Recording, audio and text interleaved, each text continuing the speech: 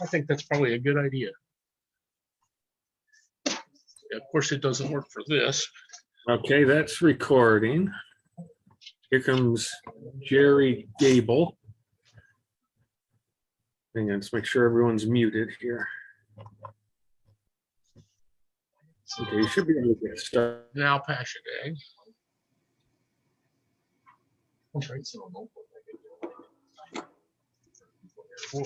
I've got everybody here. I already have everybody here. Yeah. Sorry, we're trying to get into Facebook Live and watching the Facebook Live, Danny's. Okay, Facebook Live should be on. Yep, okay, I think I see it up in the thing there, so.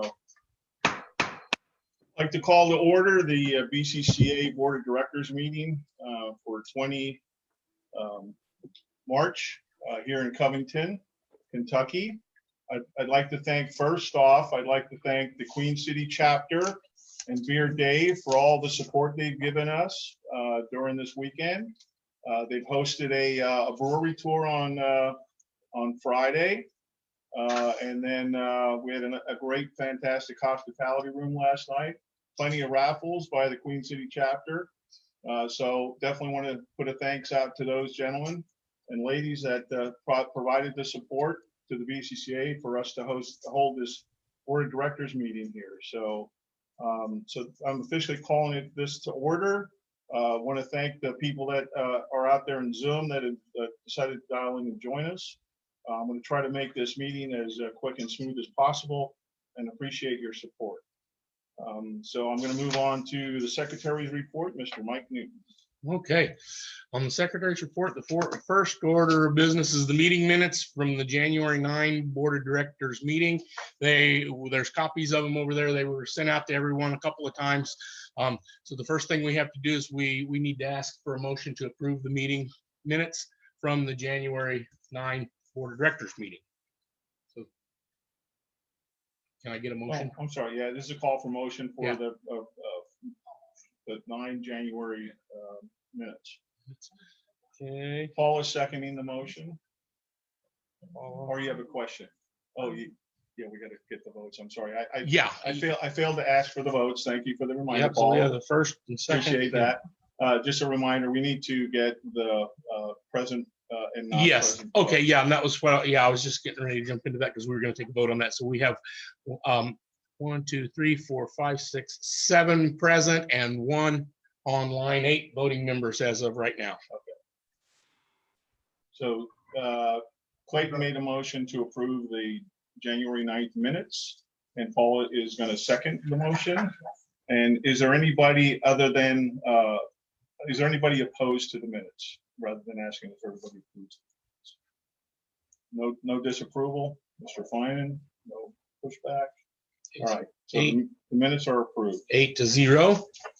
Okay, we had no e-votes conducted between the last meeting and now, so there's nothing to talk about with respect to that. And I also attached a copy of the October 2020 Treasurer's Report, again, along with this set of read-aheads, because at the last meeting, President Keith asked me if we had approved those, and I kind of got caught off guard, and I glanced at my notes real quick and made an error. I looked and we had approved the September, but we had not, in fact, yet approved the October. So we're going to, when we do the treasurer's report, Don's going to ask for the normal ones that he would have, and he's also going to ask for the October treasurer's report to be approved as a formality. If anybody needs to see a copy of it again, everybody should have had it long ago, but I do have copies of it over there if anybody needs to see it again. And so when he does his report, then he will, that's why there's going to be October, and then it's going to skip a month and then go on. So other than that, I have nothing further. Yeah. Is there a question? No? Okay, on to the treasurer. All right, as he said, we had a little mishap with October. So the first thing we have to do is make a motion to approve the October treasury report. So I'll make the motion. Here, Dave. And the second by Okay. Gary Williams. John's waving his hand for something, Keith. Okay, John, go ahead. I could not hear Don Hardy. He's going to have to get closer to the microphone, or the microphone's going to have to get closer to Don. Okay, yep. Thank you. Yep. Well, I don't plan to say too much anyway. Okay, Okay, so we need the vote then. Yeah, so there's been a motion and a second. So is there anybody opposed to the approval of the October treasurer's report? None at this time. All right, Don, October's report is approved. Don? all right, now we need to do the December treasurer's report. Okay, is there a motion to approve the December treasurer's report? And that was Clayton that made the motion and Beard Dave seconded it. Is there anybody opposed for approval of the December treasurer's report? I don't hear any feedback or negative feedback. So the December treasurer's report has been approved. Okay, All right, now we'll go into the January treasurer's report. looking for a motion to approve the the January treasurer's report. Clayton made the motion. No. Oh, yes, I'm good. I'll make a motion. Okay, and Paula has seconded the motion. Is there anybody opposed to the approval of the January treasurer's report? No opposed? Okay, so the January treasurer's report has been certified and voted on, and now on. All right, next we have is the February treasurer report that we just got recently. I have a question. We have a question. Is Jim Foley on? Yeah, Mr. Jim, are you there? I'm here. Can you hear Clayton? You can ask. Yeah, I think I can. Yeah.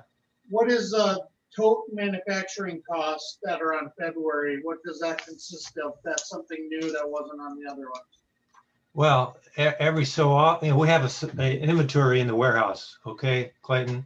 And every so often we run out or we run low. And so then we order them and replenish the stock Okay. in the warehouse. That's fine. Just wanted Yeah. to make sure. I didn't know we ordered any. So this will happen maybe a couple, 3 times a year. All right, any further questions on the February treasurer's report, or was there anybody that did not get a copy of the February treasurer's report and have reviewed it? All right, so asking for a motion to approve the February treasurer's report. We have a motion from Beard Dave and a second from anyone. All right, Mr. Kerry Williams. Is there anybody opposed? No comments or feedback? The February treasurer's report is approved. Is that all you have for the Yes. treasurer's report? Okay. Now on to the chapter's report. All right, for chapters matters, there was another chapters matter that was sent out, I believe, Charlie sent it out with an e-blast. And I continue to get chapters showing me their newsletters that I forward off to the judges, and that's going on pretty well. I think I got 2 more this weekend, and we're going pretty good with that. The judges have been asking a lot of questions. It's working out pretty good this year. Any questions related to the chapter's report? Nope. We're going to move on to remembrances, and Paul, I don't know if your voice will carry enough, but you may have to come up here and read off the remembrances. Yeah, sorry. Fortunately, that list gets bigger. Okay, number 4698, John McGuire, geez, sorry, John McGuire. Number 10317, Norbert Linhard. Number 11314, Donald Yaskevich. 21732, James Sevenson. Number 23417, Wayne Stober. Number 24625, Wiley Robinson. Number 25955, Bobby Slayton. Number 27807, John Squeak Bell. Number 32701, Philip Neil Weed. Number 33035, James Tammick. Hey, Paul, there was an ad in there. We didn't have an original read ahead. Yes, there was one named Bobby. Slayton. Okay. Bobby Slayton. Yeah, just so we make sure that Danny has it, so he can add it to the. Danny has it. He does. Oh, yeah, Okay, there okay. was already a sad news and Danny's got his picture on the Okay, website. okay, good. Okay, and I'll, and Dan's been yeah, keeping up with that real well. Okay, good. and I'll, What happened to Wiley Robinson? Just Yeah. passed away. Wow. Yeah. Yeah, young gentleman. Yeah, no, I know. Good guy. Okay. She was in Albuquerque. All right, thank you, Paula. It's unfortunate, but, we have to keep up. So I'm gonna go on to the old business. I'll try to go through these as quickly as I possibly can, because I don't think there's quite as much that we need to cover in this as we would maybe with some other stuff, but we'll try to do the best we can. So I was hoping John Ferguson from the NABA would be here. He was gonna ask to take a couple minutes of our time to thank us. We've been trying to work as closely as we can with the NABA folks, including this tin over cardboard giveaway. If you register for both the NABA convention and the BCCA convention, they're working on a tin over cardboard. I've seen it. It's the Miller Girl for their Milwaukee convention. The Falstaff gentlemen with the mug cheering each other. It says celebrating 50 years of friendship and fun. It's got both the logos from NABA and the BCCA on there. But you have to get that back bar tin over cardboard piece. It's going to be about this big. You have to have attended both conventions. So we've been in communications with them on that. They've had to transition through a couple of different folks to do the artwork, but they think by this next Friday, they will actually have one that we can at least share with the officers and the board members. And then when they say we can go public with it, we'll obviously go public with it and push it out as well. So, I got one question on that. I talked to John earlier, and he said that you have to attend both conventions, but you don't have to be there for the whole thing. You have to register and at least show up. So is that the same with ours, with BCCA?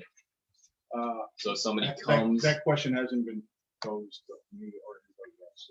Yeah, we talked about that today on the floor. Yeah, what do you think, Beer Dave? I mean, in order for them to register for our convention, they have to write a check and fully register, and that's the list we'll go off of. Okay.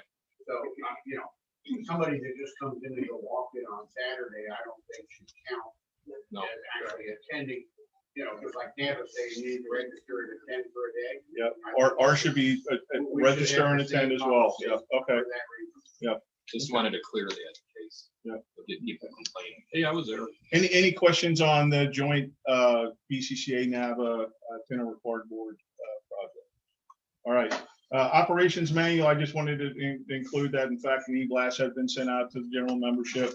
No specific questions have come back related specifically to that. Next item is the hiring of Miss Sue Dressel, who Sue is up, I believe. She was logged in earlier. So we'll have to. He's rejoining right now, Keith. Okay. We'll give Sue a minute. Let me know when she is up, Danny.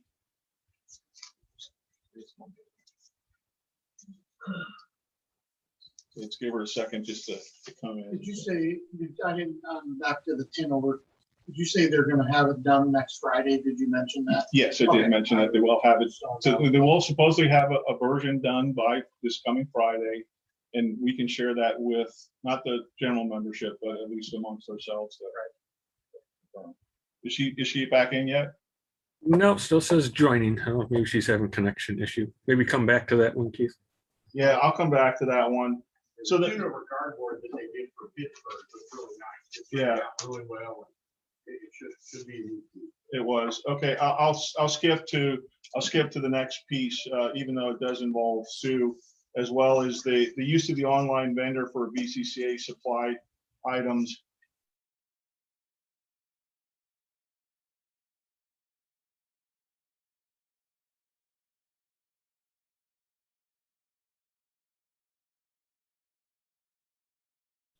Sound went dead.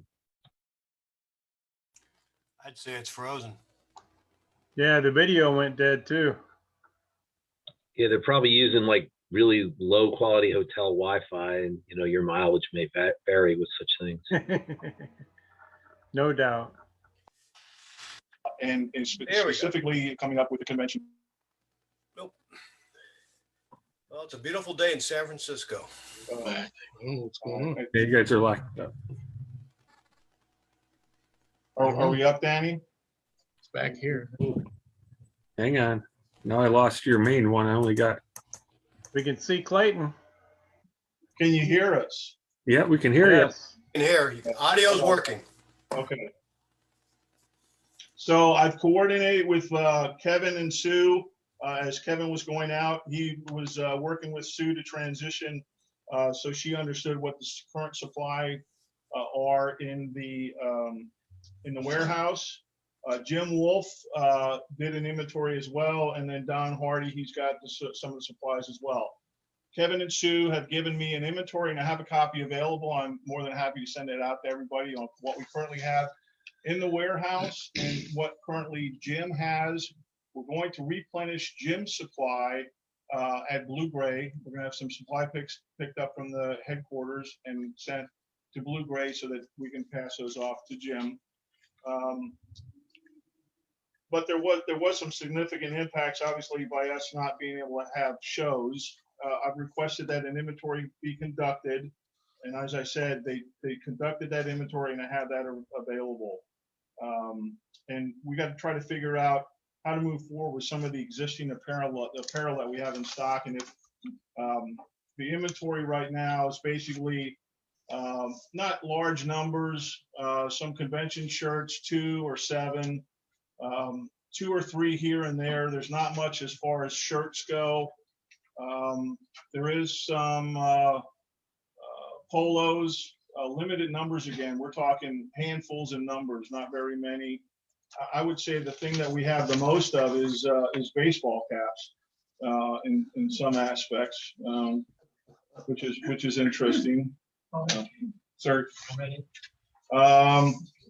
Yeah, I'm trying to look now. I thought the numbers were fairly large here, but now I'm looking at it and it's not that quite that large actually. It's only 7 or 8.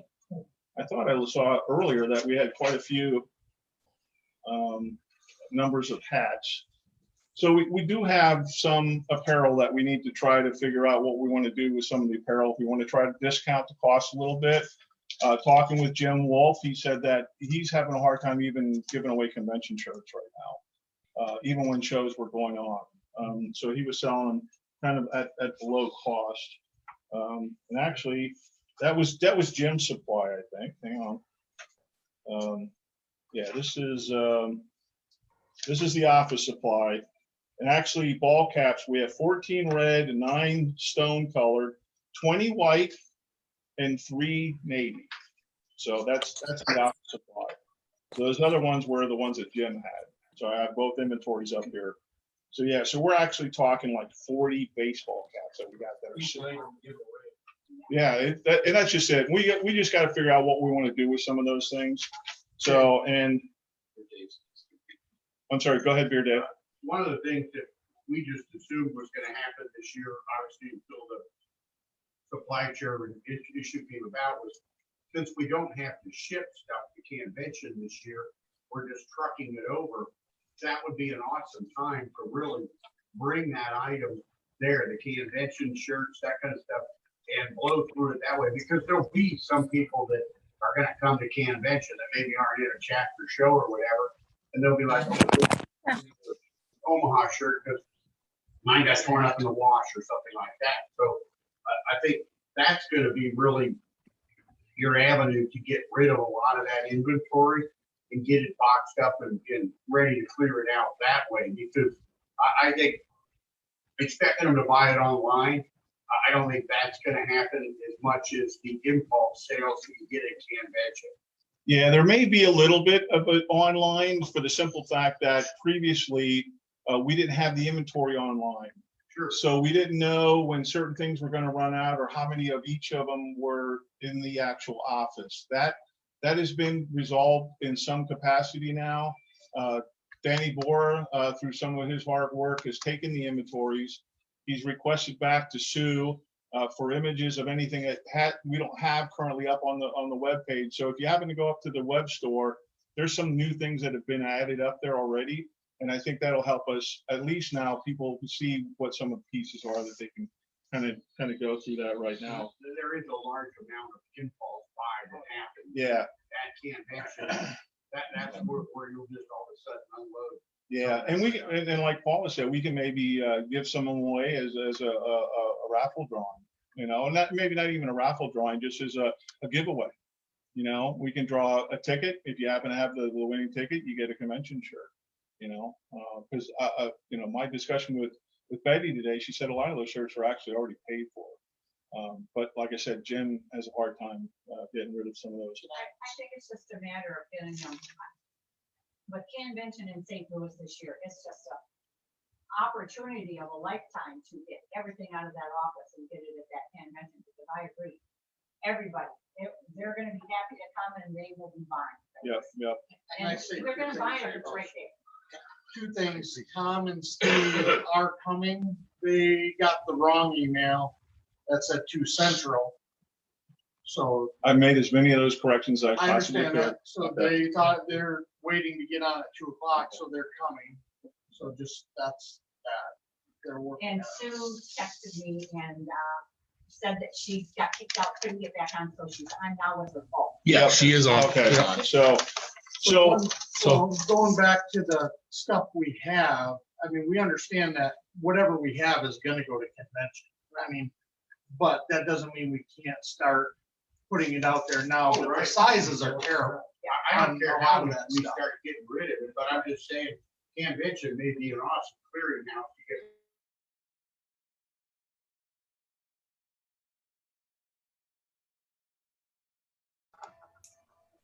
get. There they go again. Yep, video and sound froze up. Yeah. She's breaking up, Captain. Atlantic City. I'm waiting to hear who won. Yeah. You're looking giddy, Al.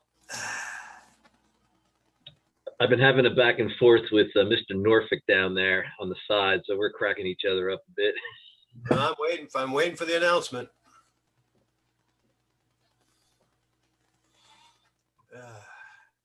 Like I said, beautiful day here in the Bay Area. I just texted Keith to see if they know that they're locked up. Do Cleveland too. Look at that collection. Oh my God.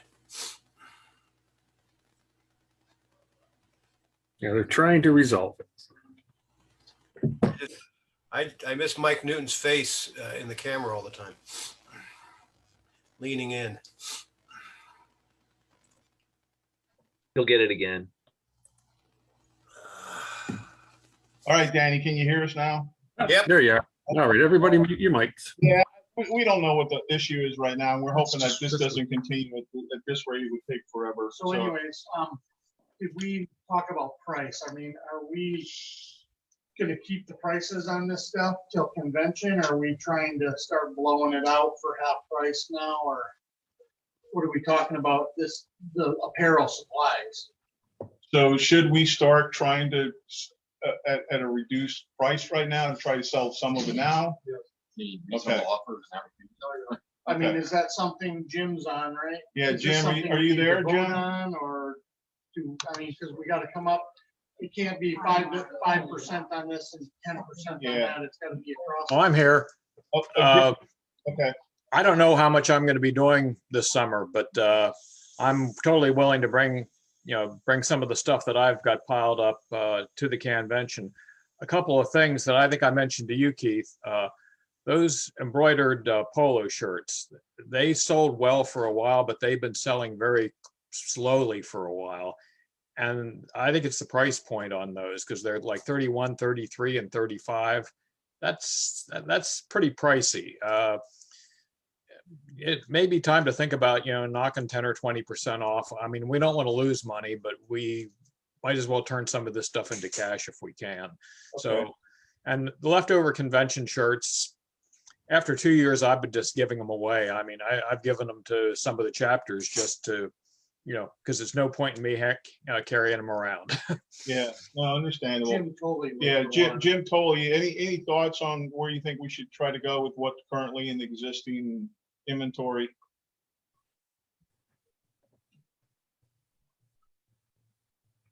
Is he unmuted?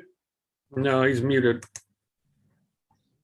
Jim, you'll have to unmute yourself, sorry. There you go. Okay. Okay. I guess I'm a little confused as to what our goal is with the convention. To me, that's just a golden opportunity to sell stuff. We have typically sold in the Midwest location $7,000 to $8,000 worth of of stuff. And, with the 2-year absence and with the big crowd coming, it's conceivable we could hit $10,000, I think.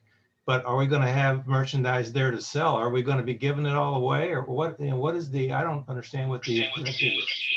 Well, to me, the stuff we have in stock right now is obsolete sizes. I mean, when you're talking 2, 3, 4X sizes on windbreakers and polos, that's not an impulse buy. That's just backlog of bad ordering.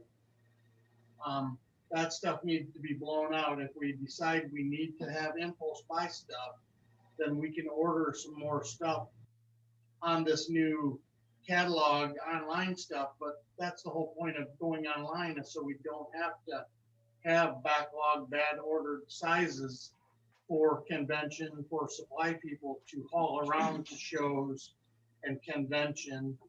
If we have stuff left, great, let's bring it, but let's not wait till convention just because we think we're going to sell So it. Jim, that was the question. Unfortunately, we dropped out that we were talking about was the discussion was related to, do we start reducing the costs on inventory now?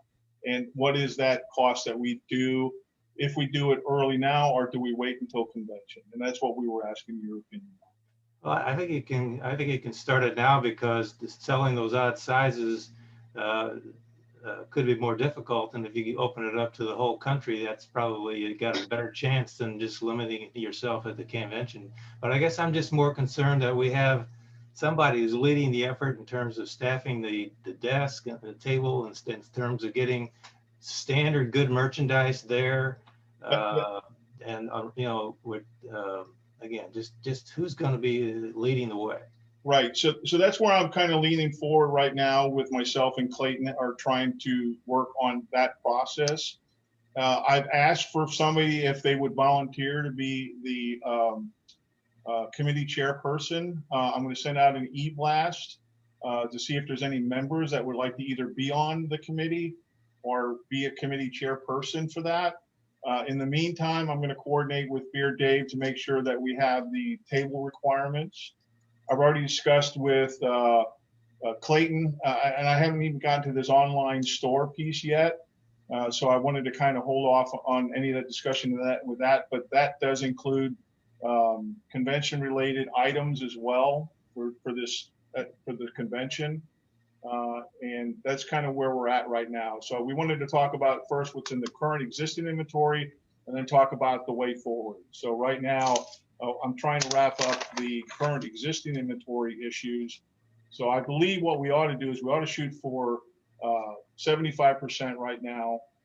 And then I would say maybe come the June timeframe is go to 60% or 50% in reduction, and then have it at 50% at convention.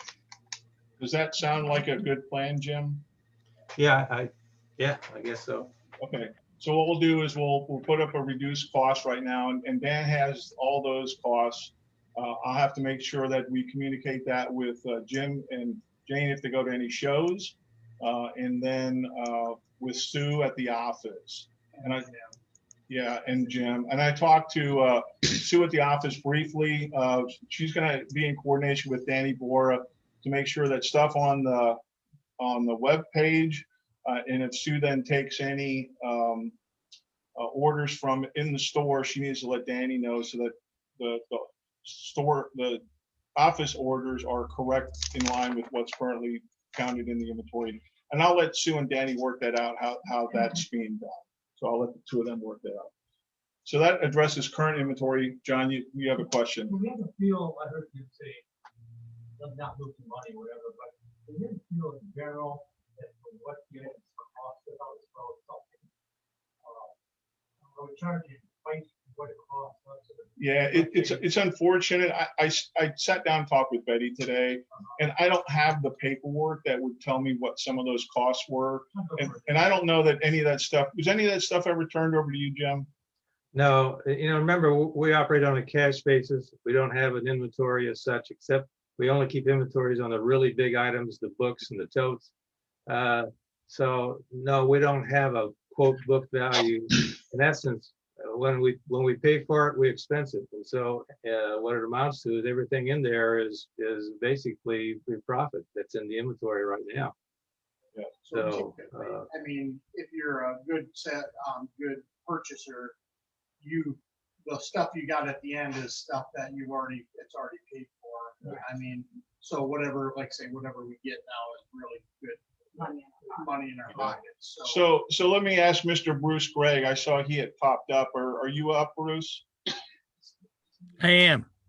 Okay. Hey, Bruce. Hey, so with the supply inventory and the decision to go to 75% and then the 60% in June and then 50% at the convention of the blowout of the current BCCA inventory. And we're not talking totes here, folks. We're not talking can wraps. We're not talking any of those types of things. We're primarily talking apparel. There's some cups back there. I don't know if there's any door stops left, to be honest with you. I'd have to look in the inventory, but those types of things, other than the real money makers that still are the BCCA big money ticket items, but the apparel stuff and things like that we want to go.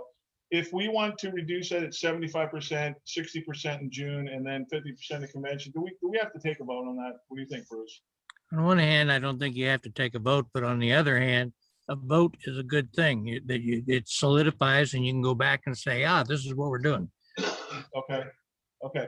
So what I'd like to do is I'd like to make a motion that we make a decision to take the existing apparel and other small token items that are in the existing current inventory in the BCCA warehouse and with the current sellers, both Mr. Don Hardy and Mr. Jim and Jane Wolf, to reduce at 75% currently, at 60% in June. Reduce to 75%. Correct, right. Reduce the current cost to 75%, 60% on 1 June, and then 50% what we bring to convention. Okay. And Danny Bohr, are you going to be able to kind of track through that? Okay, I got a thumbs up from Danny. He's going to be able to make sure that that works through. Now, I do also want to bring up a point that Danny Boris kind of brought up too, is that right now what we do is we offer a 10% discount for BCCA members when they log on. That's a little hard because there's cost differences and tracking of the data and stuff like that. So do we want to continue to try to do that discounted 10% to the members or not? And now what I did was I ran past the motion that I should have taken a vote for. And I needed to take that. Let's go back to what we were at.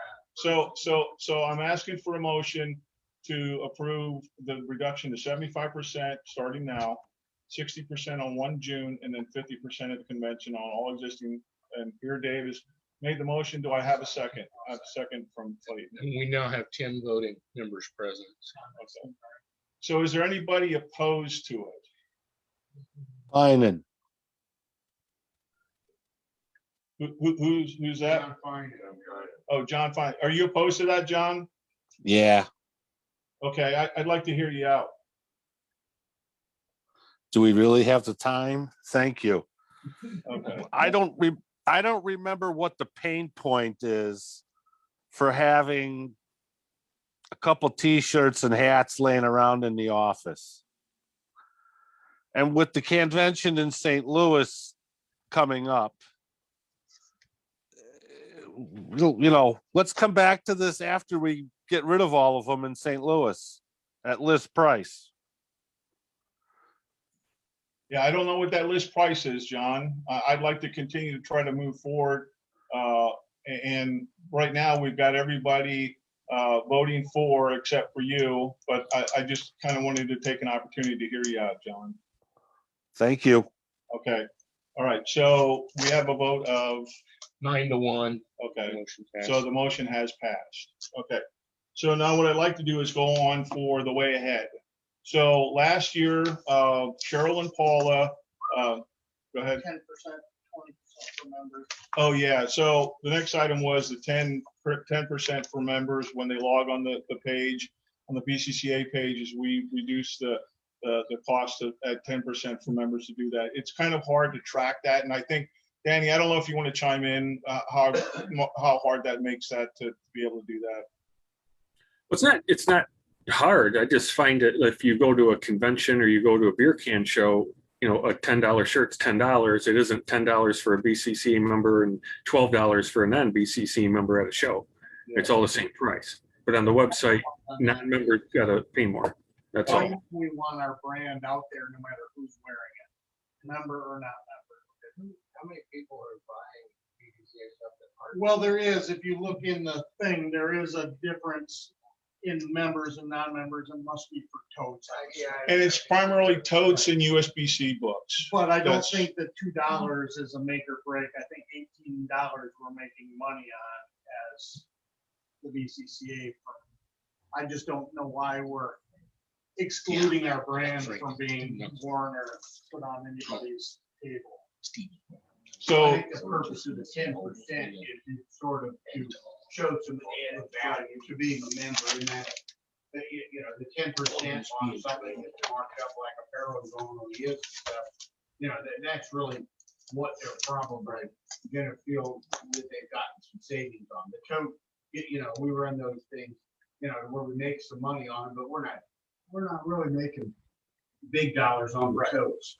But we can make it on apparel and that, so maybe that's the reason. But like Terry said, obviously, if you're not a member of the BCCA, you're not gonna be buying hats and shirts and all that. Well, let's just say that since we're not gonna be in, hopefully not gonna be in the apparel business pretty soon, do we still want to make a little bit extra for the can wraps and the totes and the wood products that we're still gonna continue to sell? Because really, that's what we're gonna talk about, right? yeah, I mean, and now that's one of the points trying to move forward on a way ahead is do we continue with the 10% membership discount? And if the decision is, yeah, let's just continue with the 10% membership discount after you log into the webpage, then we'll just continue to try to do that. Well, is it something that's automatic, or does the member even know that benefit exists? Yeah, Danny, does the webpage automatically reduce the 10%? Yes, if you're not logged in, you see the full price. As soon as you log in as a BCCA member, it takes the 10% off. Okay, so I think the feeling would be to continue to offer the 10%. And I don't know that we would, unless somebody feels otherwise, I think we should just continue with the 10%, but I can ask for a motion, just so we covered that. Well, here's my other concern is, okay, if we're gonna knock 25% off of something in apparel right now, from what it's listed as, then they get another 10% on top of that by logging in on the member side. See, that's where. Yeah, and I think what we ought to do then is, as part of the decision to go to the reduced 25%, what did I say the other percent was 60% and then 50%. I think we ought to negate the 10% savings because we're already giving them a savings anyway. Correct. But is that gonna be more math for Dan? I don't know. Yeah, Probably since I'm the- so Danny, I think it would be easier for you probably with the new price that we're doing, so 75%, 60%, and then 50%, to not have to worry about the 10%, correct? Yes, Okay. yes, that probably would make that equation slightly easier to figure out. And they're getting it at the reduced price anyway. Right. So, yeah. Then So- also the other part of it is your new online store, you know, the off-site online store isn't going to have member pricing. Right. So Danny, so what we'll do is the thing that we should still offer the 10% though are the things like the totes, the USBC books, as the two primary things. Because It's up to you guys. You just tell me what you want me to do and that's what I'll do. okay. So yeah, so that's what we'll do is we'll maintain the because those are things that are not going to be reduced anyway for reduction. On the reduction, are you just blanketing all apparel and that across the board? Yeah, and there's some other items. Let me look at the office here. So there's a bunch of T-shirts, polos, windbreakers, ball caps. But then when we get into things like the USBC books, can wraps, and then can totes. The other things that we have are shipping boxes, which we don't have any of, We have 33 rubber glasses. We have 39 growlers. We have 167 tackers. So those are things, and the tackers right now are still marked at $15 a piece. And that's sitting in our cost. But to me, I still count that stuff as BCC logoed merchandise that isn't apparel. I think that's still stuff that sells a little, not the Yeah, growlers, the but cups, the tackers. growlers, and the tackers haven't been selling that. And then we have 13 attaché bags. Those little bags as well. A lot of those things were formerly convention business meeting giveaway. Yeah, and those bags are $12 a piece. So if we offer them at 75%, we should be able to sell some of them. Can I jump in? Yes, please do. A while back, they made the decision to cut the price of the tackers in half, and they still aren't really selling. So I think that should be excluded from the. At $7.50, they shouldn't be discounted anymore. They're not selling great, but I don't see cutting it any more than that. The growlers we cut down to $5, and they're still not selling. Yeah, and right now we've got them marked at 15 still. So yeah. So is that what you understood, Don? Yeah, $5 and they're still not selling. Yeah, the biggest problem with the growlers is obviously the shipping costs and related with trying to ship a growler and pack it. They're not on the website that I saw.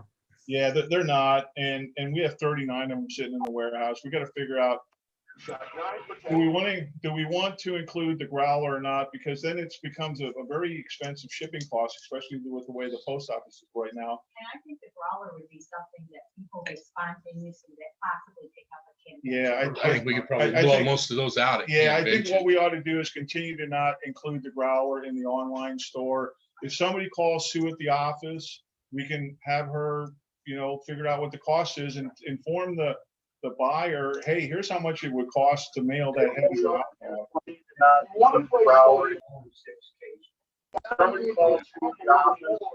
So can we, just clean that up in an email and send it to all the officers and the board so that because we've talked a lot of numbers and stuff, that way everybody's clear once we do it. Yeah, we can do that. We'll send out some cleaner details in the email. I think what we did was we took the vote on the motion that we felt we all needed to make the motion on. So, and then what we'll do is we'll break out specifically what items we think should be on this kind of rate and what we should put out and hold for convention like the growlers. So, okay. Okay, so that's the existing inventory. Now on to the next way ahead.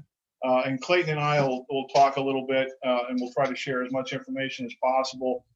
We looked at the online vending capabilities as Paula did last year with the t-shirt. I got positive feedback on how that went. It takes a burden off of Sue back at the office having to try to put some stuff together. But the way ahead would be for us to have products available embroidered, and those would come at a certain cost, but we don't have to spend a ton of money or have so many, Clayton, correct me if I'm wrong, a certain number sold completely on the embroidered pieces, correct? Nothing on embroidery. Oh, okay. Single piece it out every day. Yeah, so Clayton and I kind of went through real quick, and I wish the online store sample that they had was still up and running. I was going to send the link to everybody on that, but basically it was like a school that they had a t-shirt available and you had a couple different choices of colors you could get it in. They had a sweatshirt available. They might have had a windbreaker otherwise. So Clayton and I looked real quick through some of the things we'd like to have readily available to the members. That includes a polo, since a polo is a good embroidered piece. Anything we want to do that would be silk screen would require us to buy a certain amount. So the way ahead for convention is we would have the members purchase them prior to the convention with the intent for the BCCA to purchase a certain amount to have readily available and for sale at the convention. We have to make sure we do the right thing in deciding on how many shirts have been sold in the past at convention, account for those that would have possibly bought online, and we'll have those numbers for what is sold online. And then right now, we're looking at two designs that have been kind of proposed out there. The one is the normal convention shirt, which would have the convention logo on it, okay? Either on the front or the back, and that was one design. Mr. Mike England, do you want to talk about your shirt a little bit?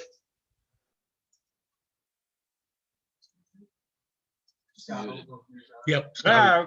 Scott I wasn't ready, but basically I thought of like a concept tour T-shirt where the back lists like all 50 conventions, and it has a little checkbox for every one. And on this year's, that checkbox is already filled in because you're at convention when you buy it. And the thought was that people could check the conventions that they've attended. So yeah, so I've been working a little bit with Mike. We kind of have the old BCCA logo with the hand grabbing the can over the United States, and the new BCCA logo for Brewery Collectibles Club of America. And then each of the 50 cities on it for the conventions, like Mike said, is the one that currently you're at is checked already. And then you can kind of like as pride, take the T-shirt and take permanent black marker and say, well, I've been to this convention, I've been to this convention, I've been to this convention. And wear that at a convention, and somebody can say, oh man, you've been to 30 conventions based off of what I'm seeing on your shirt. I think it's a really good idea. That's something we can work on a silk screen. Okay, so let's just hold on a minute with convention stuff. Let's go back to becoming an online apparel store instead of dealing with apparel as a supply committee. Okay. What this will be is something that will be an everyday thing. As a member, you'll log on to the link. It'll take you to the store. You can buy 1, 2, 10, 20, whatever. It will give you the price. It will give you all the sizes, colors, combinations it comes in, and it will give you a shipping from the place that they're manufacturing it. Now, because it's an embroidered thing, they really can't do it every day. So they do it in 2-week segments. So wherever you order in that 2-week segments, it might have a little delay. They will let you know that there will be a delay, but that's just so that today they're not ordering a shirt and then tomorrow they're ordering the same shirt for another person. Okay. That will save us from having odd sizes in the store. Embroidery is something that there's no quantity, so the price that will be on there will be just like you went to Walmart or wherever and bought the shirt. It's going to be the maximum price that it would be because we're buying no quantity. Okay. Question. Yes, sir. Okay, are they going to have any trouble with us having them at the convention for sale? The point is to not have a bunch of stuff to haul to Norfolk, Atlantic City, Michigan, Portland, Oregon for conventions. I think our sales are going to plummet because people buy them on impulse at the convention. If we train them to do it online like everybody is getting accustomed to these days, it will be better in the long run for us as an organization. And for the next 2 or 3 conventions, we will lose money. What we'd also suggested is setting up a kiosk at convention that people could order on the spot online. Right, order online and then it'll be delivered to their house after convention. But that's the convention part of this. And people like to wear them at the convention while they're there. But that's why they order them in advance prior to the convention, Scott. And they buy them at the convention the first day, and then they wear them through the convention. So anyways, if we decide, obviously we've kind of decided that we want to get out of the apparel business. I just have to believe that that's the direction we go. The company that we've chosen is out of Toledo, Ohio. They work with the Buckeye chapter, and that's where I've got a hold of them. We've done all the online people that do it. Everybody basically does the same thing. This is a place where if I have a problem, I can get to them in person and call them and talk to a real person, work out stuff. We've talked to Sue in the office, and she's willing to manage the page once we get it up and running. So if we decide we want to have a fall selection, then we can change up the items for sale. If we want to have a spring selection, that way it's always changing.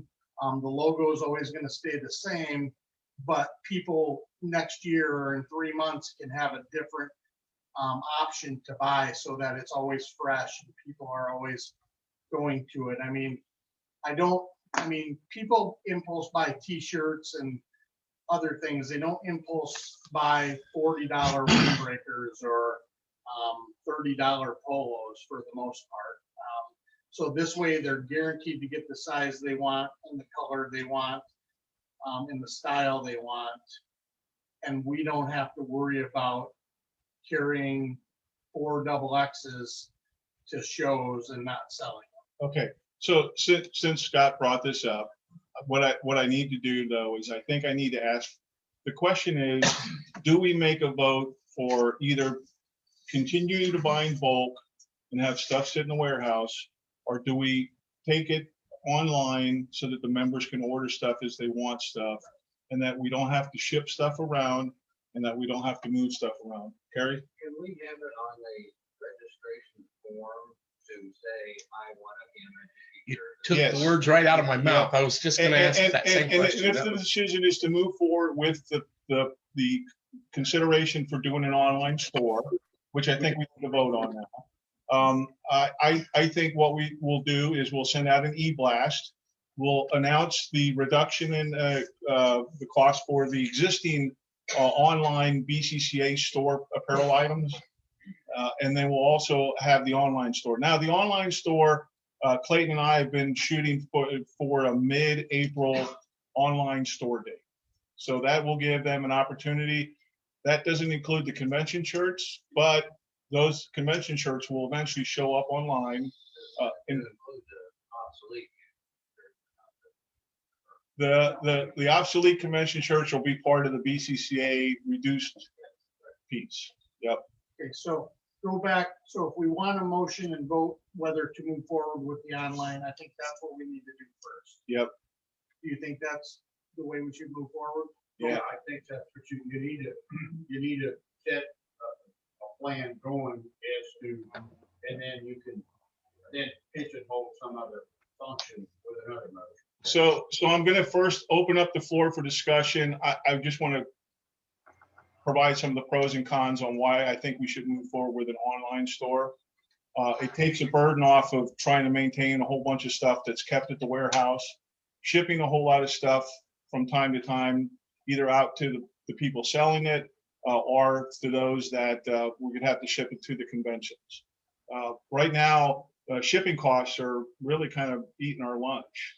It's become very expensive for us to do that. And it's very hard to adjust the cost between sending something to somebody in Illinois from St. Louis versus sending it to Maine.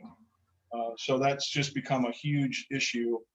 It puts a big burden on what we would ask of Sue at the office to try to do that. Becomes a whole fairly large issue. So I want to open up the floor for discussion on whether or not, and here's what the motion's going to be. Motion's going to be whether we decide to continue with bulk apparel for the BCCA, or make the decision to go to online apparel for the BCCA.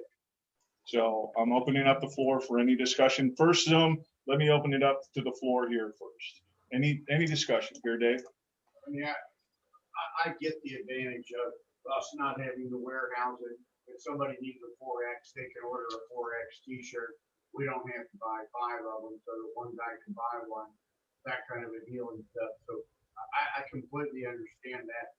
But I think the thing that we need to make sure of is if we're going to do like Mike England's commemorative t-shirt and stuff like that, then we need to look to do that through the registration of convention, and they order it that way. And then that way, if they want a convention shirt, it comes that way. And then if they decide, wow, that's a cool shirt, I didn't realize that, they can still order it after the fact, but they won't be able to order it on site and have one at convention. I get that, understand that. That's, so what I'm saying is the everyday shirt, or if we want a polo shirt or whatever, that's just done online. But then the convention shirt, if it's commemorative or something, it's done separately through the registration. With the registration, sure. I got one thing to say. This isn't a forever deal either. If we do it for a year and it's not working the way we think it's gonna work, we're out nothing. I mean, we haven't bought any shirts for the warehouse. I mean, we just tell them, thank you, it's not working out, and we go back to bulk ordering, but to not try it, to see if it works better, I think is a mistake. Okay. Any other further discussion on the floor? No? Okay, Zoom, if you have some thoughts, you're welcome to chime in, please. Okay, Keith, this is Scott. If we're going to sell them with a kiosk at the convention, are we going to have some t-shirts there for the clientele to see other than just the kiosk? Yeah, so that's the plan, Scott, is what we're going to do is, and I'm sorry if you missed this, but the discussion is, what we're going to do is we're going to let members buy prior to convention.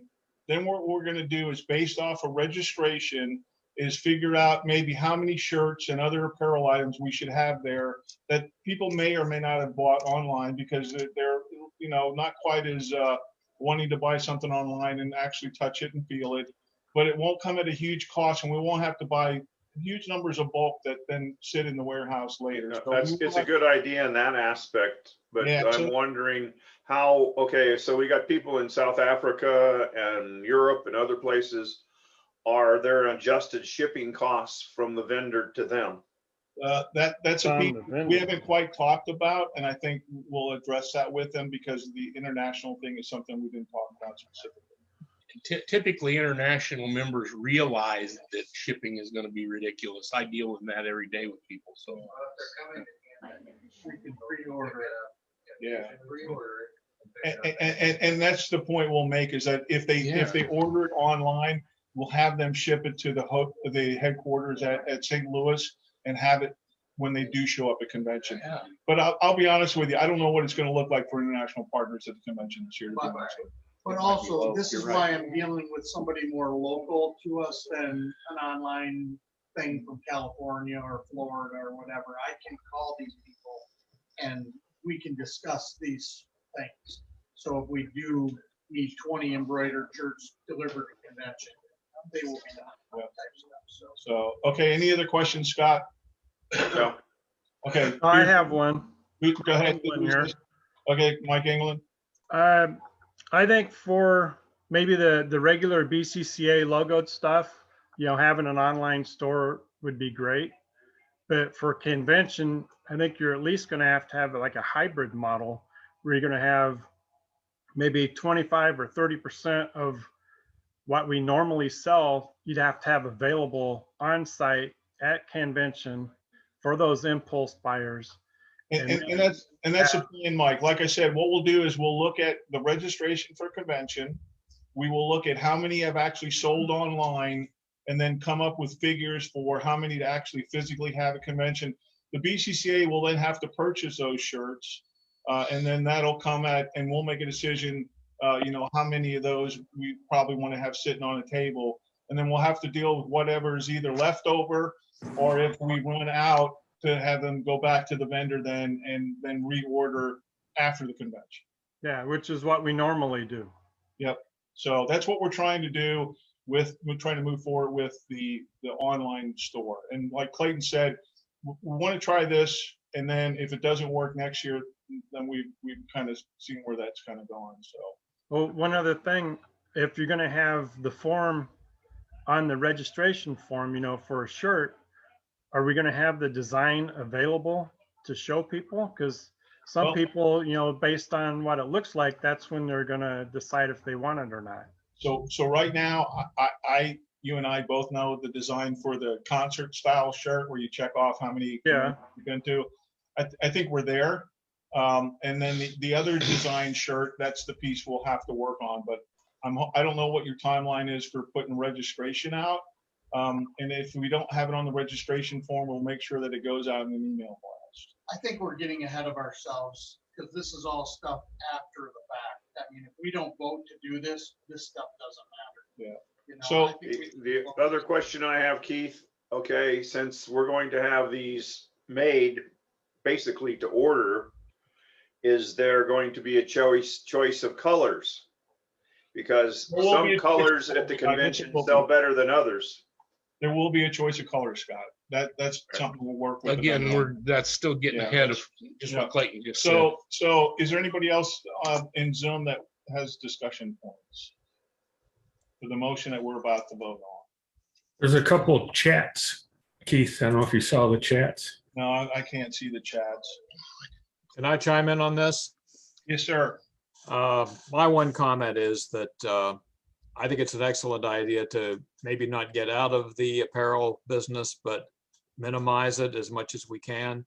Because the problem with being in the apparel business is the same as everyone who's in the apparel business. You have a lot of unsellable merchandise.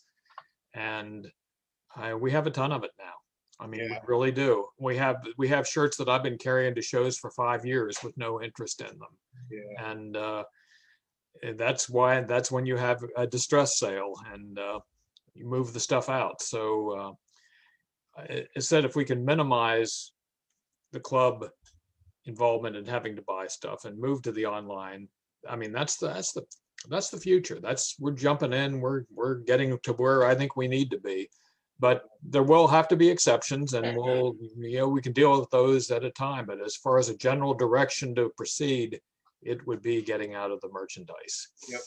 So is there anybody else that has any specific, I'm trying to move forward on us getting to a vote for this motion. So, okay, so the motion is a decision for the officers and the board of directors to make a decision on whether or not to go with either the continuation of bulk of BCCA supply purchasing of apparel. Now, this does not include the items like the totes, the wooden items, the stands, all those types of other things that are normally sought. This is primarily the apparel, or to go to an online version of the apparel. DJ's Eats and Sweets. Correct. And so the motion is to move forward with the decision to go with an online apparel store. Okay. So I'm asking for a motion. Is there anybody that would like, okay. As a supply person. Okay. Don Hardy has made the motion. Is there anybody that would like to second it? Paula has seconded it. Okay. So is there anybody opposed? Okay, I heard no opposing, so we will move forward with the process of getting in the online store. As I had said, Clayton and I are shooting for a mid-April timeframe. Once we have a design for the convention shirts, like I said, I think we have one that's pretty much full on. It's the design for the other one. We'll have to work on that. But we're shooting for the BCCA getting into the apparel online store business starting mid-April. And we will coordinate with everybody for, what their thoughts are on maybe what we should have or should not have, but that could get bogged down. Clayton and I will work through it, and we will, and Sue, and we will work through that process. And Sue mentioned in the chat, point of purchase is big. And Jim and Don as well, because they're on the supply committee. So we'll make sure that happens. In the meantime, if somebody wants to volunteer to be the supply chairperson, that would be the person then that would try to take on that task. So I want to make it clear that any screen printing is not the same method as that. So anything we do for convention shirts or screen printing will be kind of like we did last year, and we will work with the convention team on designs and get it out soon enough so everybody can have the opportunity, and we'll have extra and whatever we decide. But all those will be every 3 months we'll have if you want to do it, now's the time, because in 3 months you're not going to have another opportunity for 3 months, because you have to buy in bulk or you have to guarantee a certain amount of screen printing. So That's the only difference between stuff, so. So as we indicated earlier, what we'll do is we're gonna start off with the spring catalog. It will probably include a windbreaker, polos, those types of things. And then as we go into winter, we'll swap over more towards a kind of a winter theme type catalog, those types of things. Those are things that we'll work on. What we do want to hear though is feedback from those that do order online so that we can communicate and be proactive with the vendor as soon as we get information that somebody isn't satisfied or that they've received substandard product. Okay. So I think we kind of discussed the current inventory, and I'm sorry this took such a long time, but this is a critical thing for us, I think, to talk about. The current existing inventory and the way ahead for the how to deal with convention and the online apparel. Is there anybody that has any specific questions on this topic? Keith, Scott, just one more question. Okay, the vendor, are we doing the ordering through our website or the vendor's website? So what we'll do is I'll work with Danny Bohr, because what'll happen is we'll probably put a link up on our webpage to say, hey, here's where you go for the apparel items. Because a lot of vendors will have their product line on their own website with their own catalog. So I think you missed it, Scott. So what we're going to do is we're going to actually have a storefront so that when you go to the online vendor, the link you're going to go to is actually a BCCA storefront. Okay. And it'll actually show what products are available to the members when they go to that storefront.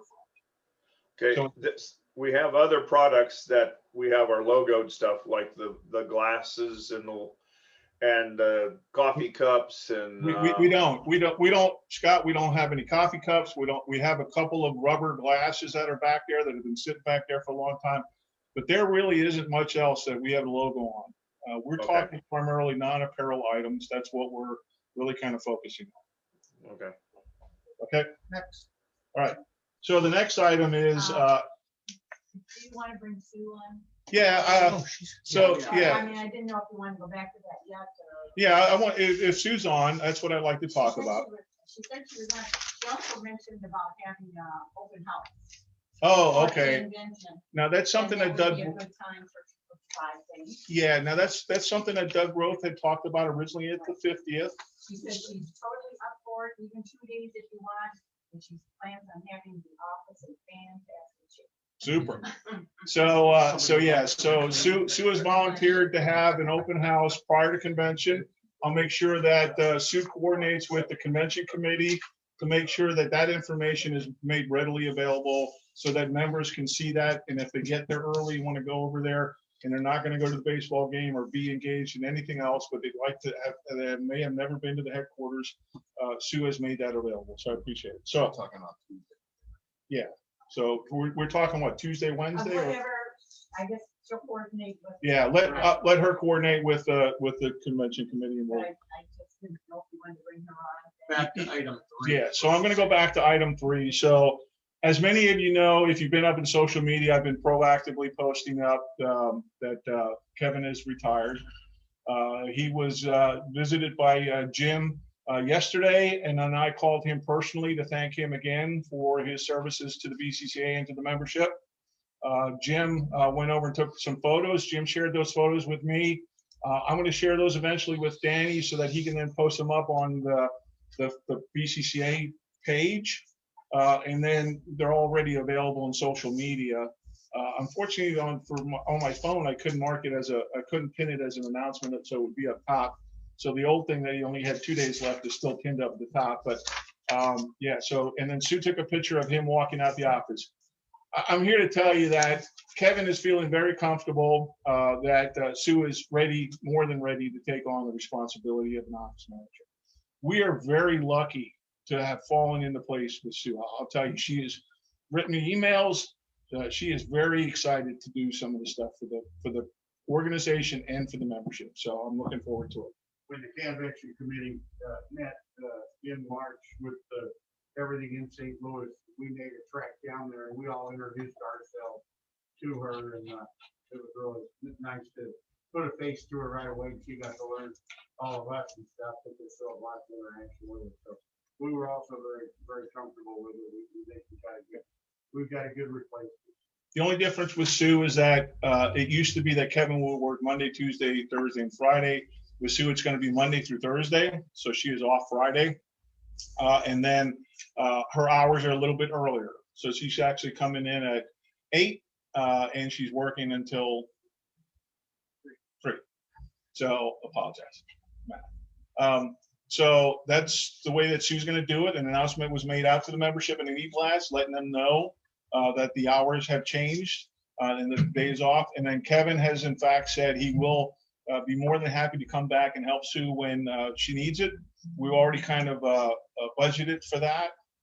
So Kevin will be readily available. He knows when that time of the year is going to be where the pinch comes tight, and he will be more than happy to come over to the office and help Sue out. So any questions on the hiring of Sue Dressel? Okay. No? Go ahead. I don't know if we've made any arrangements to give Keith, to give him an award at the convention or anything like that. We haven't for that, Scott. We have given him though a parting token. Okay. Okay, so a parting token was given, but yeah, I mean, I'd be more than happy during the general business meeting to make sure that we once again thank Scott and then introduce folks to Sue if they hadn't stopped over to the BCCA office. I'm more than happy to do that. All right, any other questions on the hiring of Sue? Okay.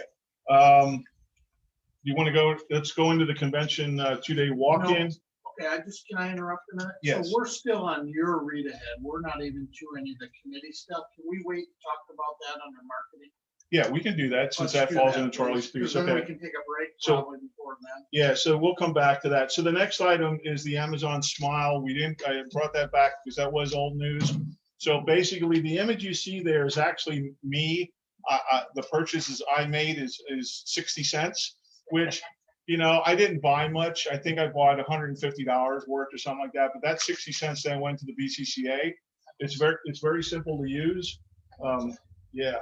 And it basically says that $68 were generated from the program to the BCCA from your purchases on Amazon. So we sent out an e-blast that included the link to how to go on to Amazon Smile, and it's fairly easy. It doesn't cost you anything extra.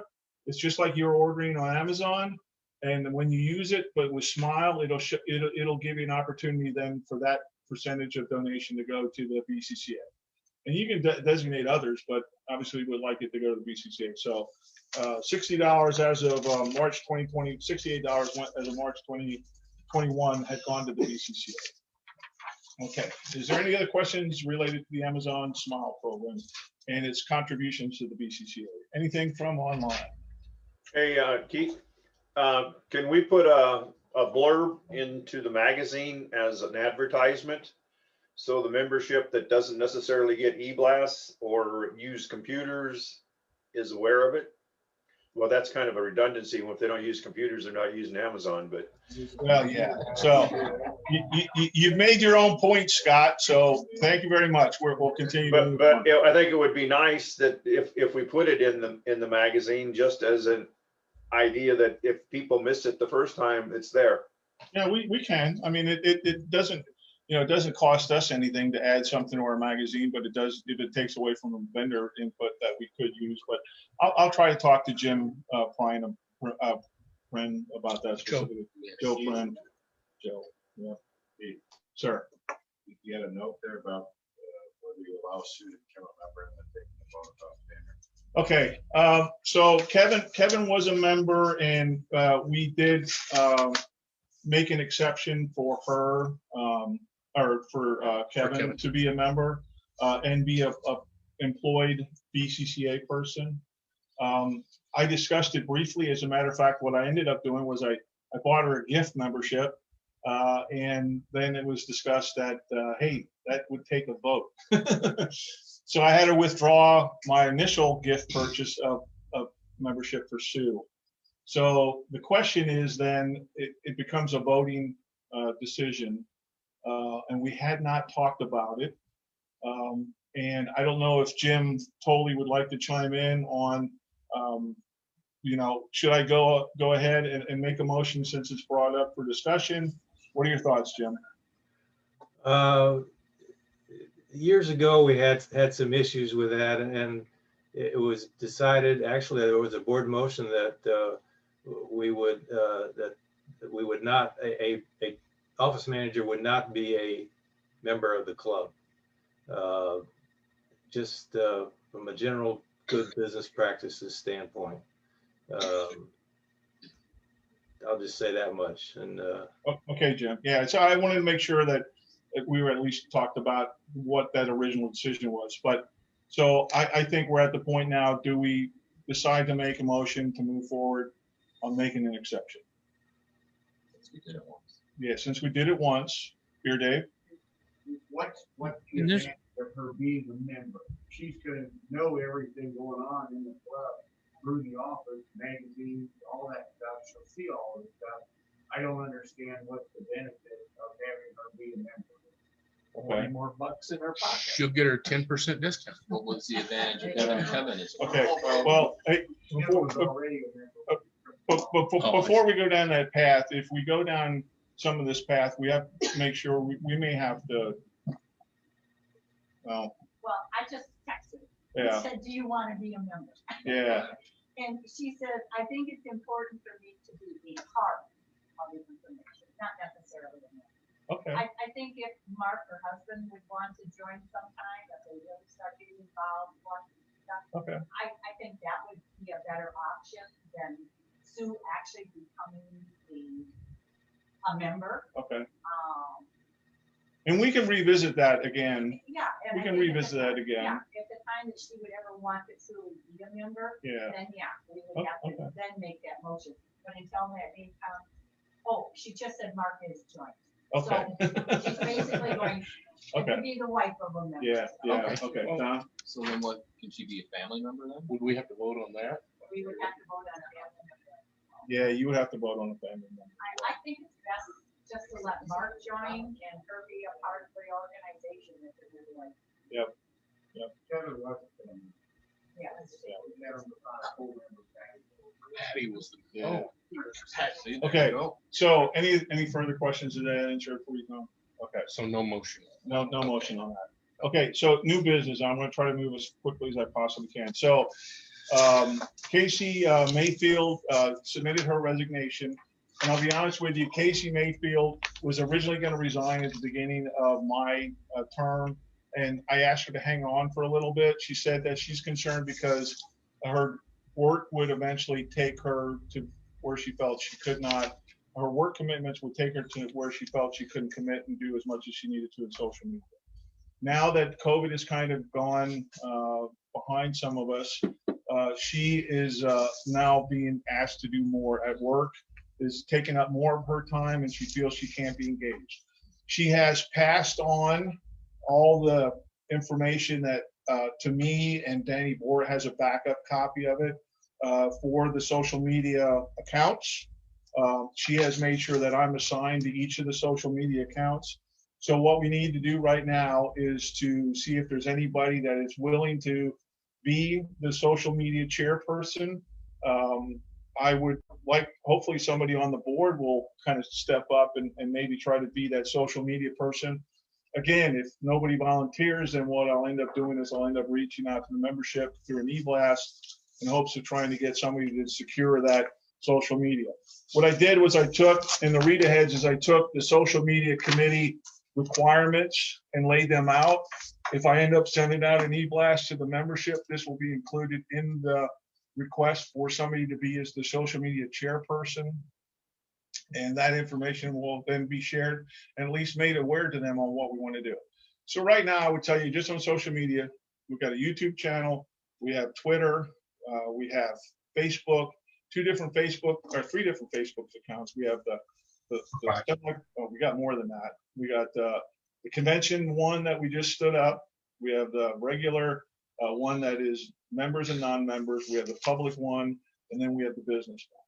So those are the ones that we have on Facebook. So that's who the chairperson would have to make sure those accounts are overwatched, that we're not chopped into or pirate wise or otherwise. So I don't know if there's anybody right now that's willing to say that they want to be the social media chairperson. Can I just say one thing real quick, Keith? Yes, please. Please don't volunteer if you're not actually going to take on the job. Pretty please, like if you're not on social media like 5 times a day, don't volunteer. Yep, no, I agree. I fully agree. Okay, any questions other related to the social media chairperson, Paula? I'm not volunteering. Oh, you're not volunteering? Ah, Susan said, please be sure to let the group know that I really would like to take on social media, especially Instagram, where we can attack the younger crowd. wow. Okay. So I don't know that she's saying everything, but she certainly would like to. It's all connected. It's really Yeah, it really is connected, but Can we have a chairperson that's not a member? I don't think we can. Why, can we? Hey, Mr. Greg, can we have a chairperson that is a non-BCCA member? I don't think we can. I don't think that's a good idea. Yeah, I'm not so sure you're gonna find that in one of the bylaws or anything, but So let me, okay. I have a membership if you need to. Yeah, so let me make kind of this decision. Is I think what we should do is we should offer it up to the membership. And if nobody steps forward as a membership, then what we should do then is obviously consider Sue and then make the exception for her to be a member. Or backdoor at his office. We could either do that or we could dissolve the committee as a committee and turn it into an office duty. Yeah. Change the operations manual. We always could change it back later. The social media is important. I mean, if you're gonna do it, you have to be dedicated to it. So, okay, I think that's a good kind of way. She ahead. could have co-chairman or people on her committee. Yep. So through the I think that's a good way ahead. So, And especially with that, if somebody is chomping at the bit to do it, we need to find a way to make it happen. all right, I'm going to try to keep on moving. Okay. this forward, Real quick, folks. too. I have a question with having the office person do it. Wouldn't it be only Monday through Friday, 8 to 3, when the office person could address it? Because if they do it after hours, wouldn't we have to pay them after hours? Yeah, technically we would have to. But if she's a member, then I don't know. Bruce? I think the way Danny described it is best. You want a person on the line 5 times a day or more. And you've hired a young lady that's our office manager who's got a whole list of things to do. Yep. And I'm not, before you assign that to her, I think you'd want to evaluate how much time is available. Yeah, I think what we need to do, Bruce, is we need to move forward with trying to get a member to be the chairperson. She's more than welcome to try to help in facilitating some of that social media. Otherwise, as if we decide to vote her as a member, and then that would be on her membership time. And remember, 5 times a day for somebody who's on it all the time takes 10 seconds. Yeah. Not 15 minutes each time. Yeah. So. Okay. So I'm going to skip the reorder and the redesign of the BCCA membership part, since that's really a Charlie Smith marketing piece. So I'm going to skip that unless Charlie wants to cover that now. No, I'll cover it when I get to my area. Okay, thank you, Charlie. Okay, the sale of the Usbc books on Amazon. So I get this notice that we're actually trying to sell the Usbc books on Amazon. I had no clue, had no idea that we were actually trying to do that. We were actually, though, asking $75 a book. I think it was $75 a book, if I remember right. $65 a book, which obviously was not getting many of them bought. And here was the problem a little bit, is that if you've ever been to Amazon, you pull up and you do a search, and then you get a vendor, and then it'll say how many additional sellers are trying to sell that product and whether or not it's a reduced price, in some cases, whether it's new or used or otherwise. We were not that specific vendor that you would click on when you would try to find out the Usbc book and beer cans. It was a actual printing service that actually had apparently one copy. We would be listed as another option. But what we need to do is we need to actually have it so that we're the guys that get pulled up. And again, we haven't sold many in the past, but I think what we need to do is try to clean it up a little bit. And I'm working with Sue right now. And she is already kind of moving forward with that a little bit. I've asked her to take some photos of the USBC book so that when somebody does look at it, they go, oh man, that's all pictures of beer cans. I'd like to know something about it, because that wasn't happening. So Sue has approached me in having that readdressed. We've actually, we're going to reduce the cost a little bit. Right now, we're asking $27.78 online. So I've asked her to put it at $37 and then include free shipping. And the shipping is not Amazon Prime. So Sue doesn't have to get it out in 2 days to the customer. It is going to be at the standard USPC, shipping, or the U.S. Postal Service shipping, but it is going to be free shipping, and she's going to update all the information. So again, it was unknown to me that we were even trying to sell the USPC books on Amazon, but it is a marketing venue for us to be able to do that, and I've kind of leaned forward to that. And Charlie, I'm so sorry that one came so quick. And Sue was very aggressive with that. I can't remember if I included you in on that or not. Keith, question. Sir. Okay, if you say there's another vendor that's a printing company that's selling our book online, don't we have a copyright? And it's They're not copyright. printing it. I don't think even a printing company. It was they like actually have a copy. Used book sales place. Is what They actually have a copy. Yeah. So I apologize. You should have made them a little bit clearer. So if they have more than one copy and they've made copies. No, they're not making copies. They're not making copies. They only have one copy, Scott. Okay. Yeah, an issue, not a copy. Yeah, that's a good point. Good point. Okay. So any further questions on the USBC books on Amazon? All right. The Golden Anniversary Committee. So what happened historically was the Golden Anniversary Committee was folded up under marketing. And we didn't, if I remember correctly, we did not vote on the Golden Anniversary Committee as a separate committee when we did the committee votes back in November. I don't remember that happening. So the question is, do we continue to try to have a Golden Anniversary Committee or not? Do we just try to take it on as ourselves? And is there anything we want to do? Right now, the only thing that's kind of happened is I bought cups and I've handed those cups out to folks. I didn't bring any for this show. I'm down to my last 20. I was going to take them to Blue Red because I couldn't fit them in my suitcase. Didn't we kind of put that into Charlie's lane a little bit? We did, and I'm going to let Charlie speak up to it, but Beer Dave's got a quick question. Right. I mean, I get it. There was a lot of excitement going into convention and all that, and of course the pandemic happened and that. The other thing is we don't even know 100%, and I'll cover it in my report, how things are going to function today as they will in August. And so something that we might put in to want to do with the Golden Anniversary Committee might not still be able to happen or something. So at this point, we've got the gateway function on Wednesday night that is going to kind of kick it all off, kind of like we did the 75th anniversary beer can in Springfield, Illinois, that kind of stuff.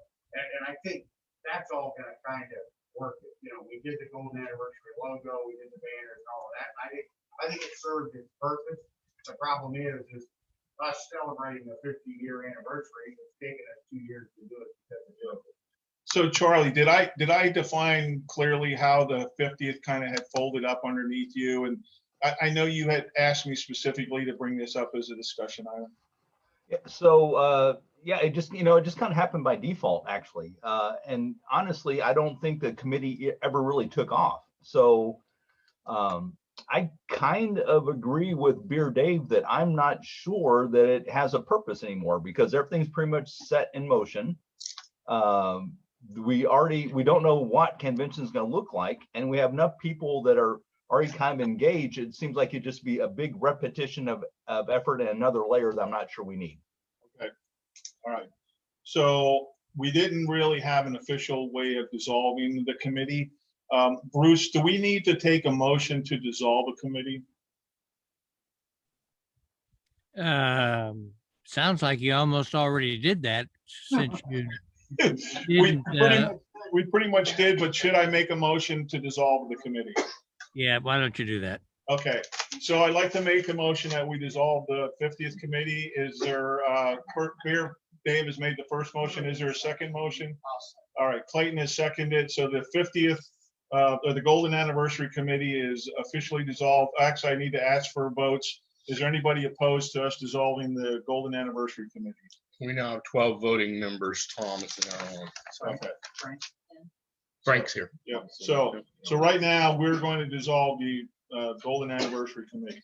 The next item is Fakes and Phonies Identification Project. So some folks up on social media, and I apologize, I get a lot of input from social media, but there's a lot of good discussion items that do come up. And one of the items that had come up was, hey, we ought to, as organizations, try to do a better job in trying to identify stuff for members and to provide some type of education for the members and the hobby on what they should be aware of. There's a lot of fakes, primarily from Brewery out there right now, but there's a lot of fakes and phonies that are out there. So we've joined up with NAVA, and what we like to do is basically have some informational, educational information put together and shared on both organizations' web pages. So what I've kind of asked to have happen was some folks that are can specific kind of help with that project. So Charlie Smith and Art, I think, have volunteered their service to kind of help with that. And so right now, that's kind of where we're at, because there's some beer cans, I think, that are being faked out there, tops otherwise. But there's ways, and it's an art, and knowing what is a fake or a phony, and I think that's something that our membership will enjoy. So right now, Charlie Smith and Art Lacombe are going to try to put eventually some stuff together to kind of help the membership understand what some of those are. I've also been asked, possibly by the Gateway chapter, to maybe have that as a seminar during the convention. And Beer Dave, I apologize, I didn't approach you and talk to you specifically about that. I don't know if you already have seminars later. Kevin runs seminars for us, so you would contact Kevin. Kevin, okay. So do you feel that this would be a good seminar topic at convention? Yeah, we did run NAVA a few years back. It was very well received. I think, in fact, Rich D'Souza was one of the ones that gave a lot of the talk. And, it's important to kind of know, thinking about like modern printing versus old printing and that kind of stuff. That was a way that people were making copies of labels and letterheads and stuff like that. And it was a way to understand, today's paper is not the same as what they were using, a century and a half ago. Yep. And just things like that. So it was very informative, and it never hurts. There's one more thing that shows that membership in an organization like this teaches you how to save money and not go spend $500 on a fake item that really probably was about $5. Yeah. Now, the one thing I haven't done is I haven't talked to Charlie or and maybe Rich will help as well on how long that session may or may not be. I think that the other thing is, if there's a little bit of time and it's not too lengthy, we might have ask NAVA to come over and just do a quick overview of Brewery since we are not only just beer cans. But I don't know. I don't want to turn it into a 2-hour session and turn people off. Right. But I think if we have enough time, I think I'd like to try to add and ask NAVA folks to kind of help a little bit with that as well. Traditionally, we keep seminars at no more than an hour. Yeah. So I don't, like I said, I don't know how much time those guys would like to be able to talk specifically about cans, but yet make a good point for members educationally. But yeah, I'd like an opportunity to maybe have NAVA kind of do. But I think Rich falls into the NAVA lane a little bit. Yeah. Correct. Right. So we wouldn't have to call Ken Quass over. No, we just. Yeah. Right. Exactly. Because they had, like you said, and I talked to Ken and he said, we've done seminars in the past before. Yeah. So it's not something we would have at this year's seminar. So Rich may be able to pull it up and use part of it. yeah, exactly. I'm sure he can. Yep. So, okay. Any questions on the Fakes and Phonies Identification Project jointly being conducted between NAVA and the BCCA? Yes, Keith, right here. Yes, go ahead, Danny. Matt seems to be like the head of that for NAVA. He's on right now. If you wanted to talk to him real quick. Okay, Matt, your thoughts? Matt? Sorry, I had to unmute my microphone there. Yeah, I think it's a great idea. And I actually met with Dan Bora on Zoom, and we kind of laid the framework for that. So hopefully I'm going to start feeding him some information soon, and, photographs and some text mainly on Breweriana, because that's my specialty. I also collect cans, but I'm definitely more of a Breweriana guy. So we've started to kind of lay the groundwork for that, and I'm hoping to really get rolling on that soon, as far as like photos and content. And yep, that's right. We broke it down into different categories of items that are faked, and what I need to do is start getting photographs and some text and getting it over to Dan to get that rolling. Yeah, so this will be like the same thing that will be on the BCCA website that we're starting to build on the NABA website. So like right there, it doesn't really have anything going. Like, the explanation text will be there. We don't have any text yet. Right. So broke it down into different categories, and you can click on the category of your choice. And so since this is a shared project between the BCCA and NABA, is that what's readily available on NABA's page will also be readily available to include all the canned stuff, and the vice versa. The canned stuff will also be included on the NABA page. So it's a joint project. So any other questions? Keith, Scott, Yes, we sir. have fakes, forgeries, and reprints and stuff. Do we consider rolled cans a separate category? That because there should be less cost, less money. I'm going to let the folks that are going to try to put that together as a committee or a project decide on that. I'll let them make that decision, Scott. Because we haven't addressed that one yet as anything else, whether it's a real can, but it's just never been rolled. Well, and I've talked to Bruce Gregg and the product development team about possibly considering putting roll cans in the USBC book as well. So I'll let the folks that are going to run this project make that decision. All right. Use of the BCCA slogan, over 50 years of friendship and fun. So it was kind of a Mark Crane, and I don't know if Mark's on or not, but Mark Crane kind of came up with this whole friendship and fun 50 years thing. And I kind of glommed onto it. I thanked him, and I asked him if it was okay if I moved forward with his original slogan idea. It's not a logo for the BCCA. It's not an official logo yet, but I've asked Joe Prin to try to make a point of including it in the magazine, and he did that recently with a stamp that basically said over 50 years of friendship and fun. The little logo that we had for the 50th is, kind of exhausted itself. It has 2020 on it. We kind of need something to kind of move beyond that.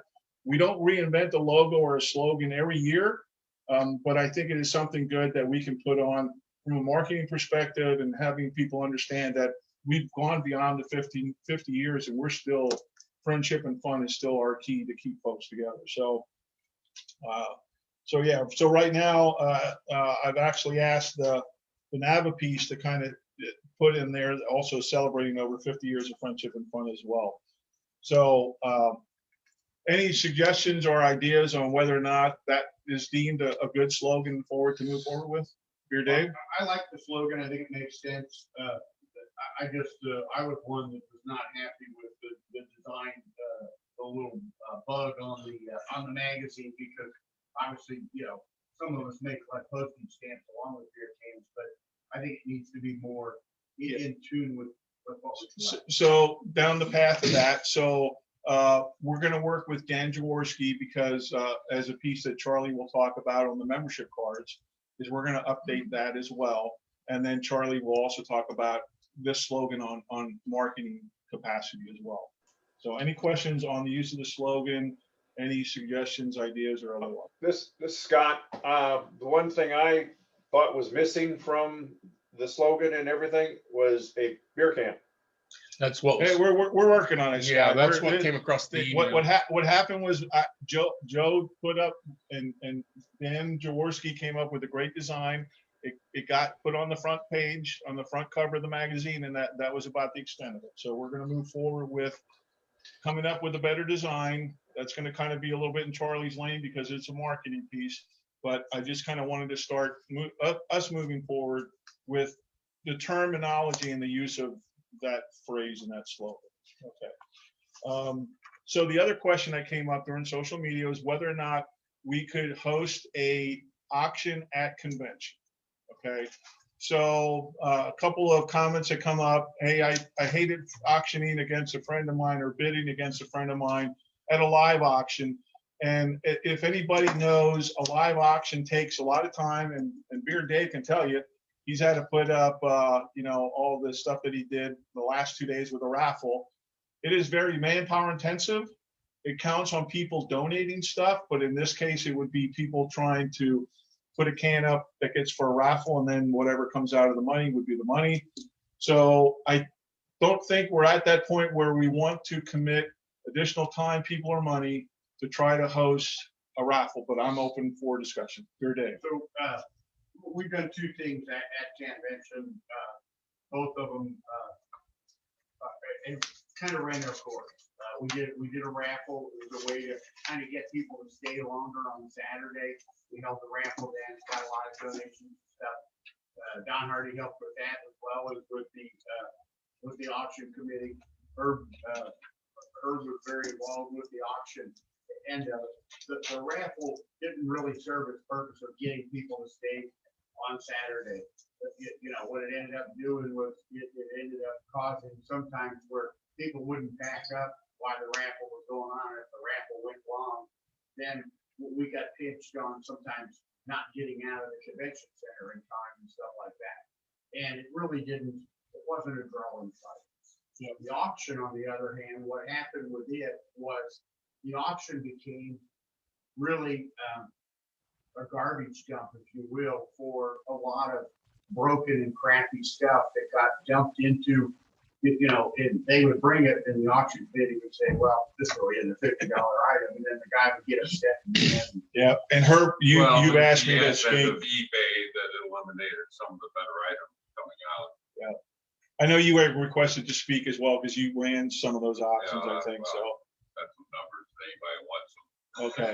But didn't you also mention that the auction predated the Jersey Shore and the Rusty Bunch night, so it kind of gave another entertainment round. And we hadn't really started to make that Friday night function of those two events. Yeah. They were still sort of in their new, sort of coming into their fold with that as well. And it's just, it's a lot of work and it's a lot of time. Yeah, and I don't think as an organization we're ready to take that on. The last year, it was Pittsburgh, by the way, not Lexington. We netted $630. Yeah, that's not worth a lot of the I mean, we convention only committee charge 50% time. commission. Yeah. Fire So commission or anything else. my only other suggestion I included in the read aheads was, do we do a silent auction? A lot of work. Yeah, and that's what I want to try to prevent is additional cost, work, or time on somebody's hands, and it don't turn anything really for a benefit of the BCCA. So the only other suggestion I kind of had put together, it's included in the read aheads. I don't want to go through all the details, but basically what happens is it ends up being a silent auction. We asked some current vendors that are sponsors in some ways, Dan Morian, to have 5 cans that he would choose as a silent auction cans. He would take the bids up until Saturday morning, at which time we would take the silent bids out to the supply table. So we have somebody actually watching over them and continuing the bids. And then we select the time on when we announce the winners of the silent auction. We could maybe get some money from the sponsors to contribute. They could provide a certain amount. We could offer them an opportunity for discounted rates on their advertising or otherwise. I'm not saying we need to vote on anything now on moving forward with that. I just wanted to throw some ideas out there. It would be on the vendors then to collect the money from the winners, and it might give them an opportunity to kind of get rid of some cans that they haven't been able to get rid of, but otherwise. But it still would offer the members an opportunity to have a raffle. Might not be the thing that they're looking for, because I know some other chapters have certain raffles where it's, face on, you're actually bidding against your friend to, raffle on that can, but that takes a lot of time. So I'll bring up the suggestion again a little bit further down, but I think we need to come up sometime with a decision, and maybe Beer Dave, maybe it is now, if we want to do something like that, because it would be something that would have to go in the agenda. Well, one of the other reasons why the raffle kind of went away too was was, we got pushback from a lot of the people that were set up in the trade floor, that it was taking possibly some money that might have gone to their table for an item by going to the club and stuff like that. The other thing is right now, with as hot as some of the auctions are doing, we can see from the realized prices on this stuff. I don't think a Morian or some of those other guys are gonna pull a couple of pinnacle items out to do the silent auction at convention, because it could be a limited number, even though it could be online. So I think it muddies the water. Okay. All right. But one thing would be, hopefully we could convey to them to make stuff that is obtainable by most people that would attend convention, so that everybody would have a realistic shot at it. You know what I mean? Yeah, we don't need a 27,000. Right. But let's say they could all donate a $500 can, and then at the end, maybe they decide to give 20% or something to the BCCA, or the opportunity for them to do that there. We're looking for revenue that doesn't cost us anything. That's a good possibility to obtain some revenue without having a lot of volunteers and. Right, but I don't think you would allow them to kind of in kind give us a donation. I think we would set a fee that they would be charged for their ability to do it at convention. Well, I would say, to advertise the fact that they're doing it, anything on the website is free. We give them a big banner that these 15 cans or something are going to be in a silent auction. The good guys are more than willing to do more. I'm not so sure the other ones would be, but you want to include everybody, at least the opportunity to do that. And like I say, most people, that's a way they can give back to the hobby without really costing them a lot in the end.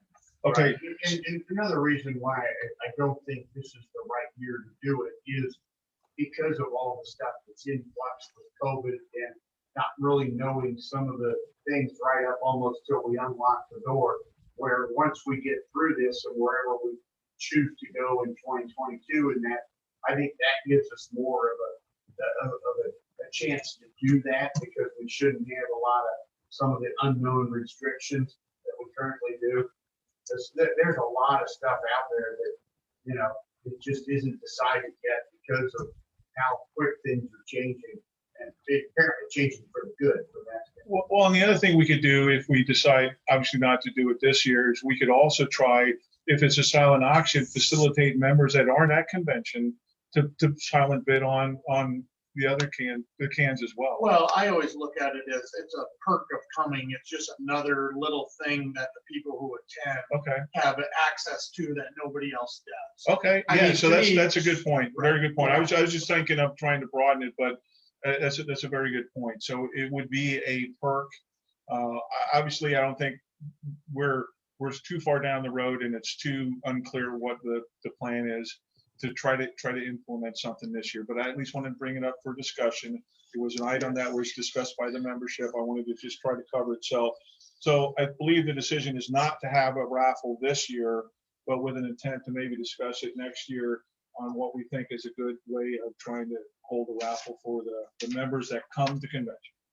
So, okay. Any other questions? Raffle or auction. Yeah. Right. So is anybody online that has a question related to us holding or not holding a auction or silent auction this year? Mr. Mike England. Yeah, I'm against it, and I think somebody out in the audience mentioned, you could give one of the dealers free advertising, but what about somebody? Are you going to limit it to only dealers that participate? Well, and that's the problem, Mike, is that if you get these guys that want to stick a can in, and then it's going to take somebody a lot of work for the BCCA to be proactively engaged in making sure the information that people are getting silent bids on that can. The vendors would have it in their rooms during the room to room. They would put it on their table once we went down on the trade floor. Go ahead. hang on. No, I understand all that. Okay.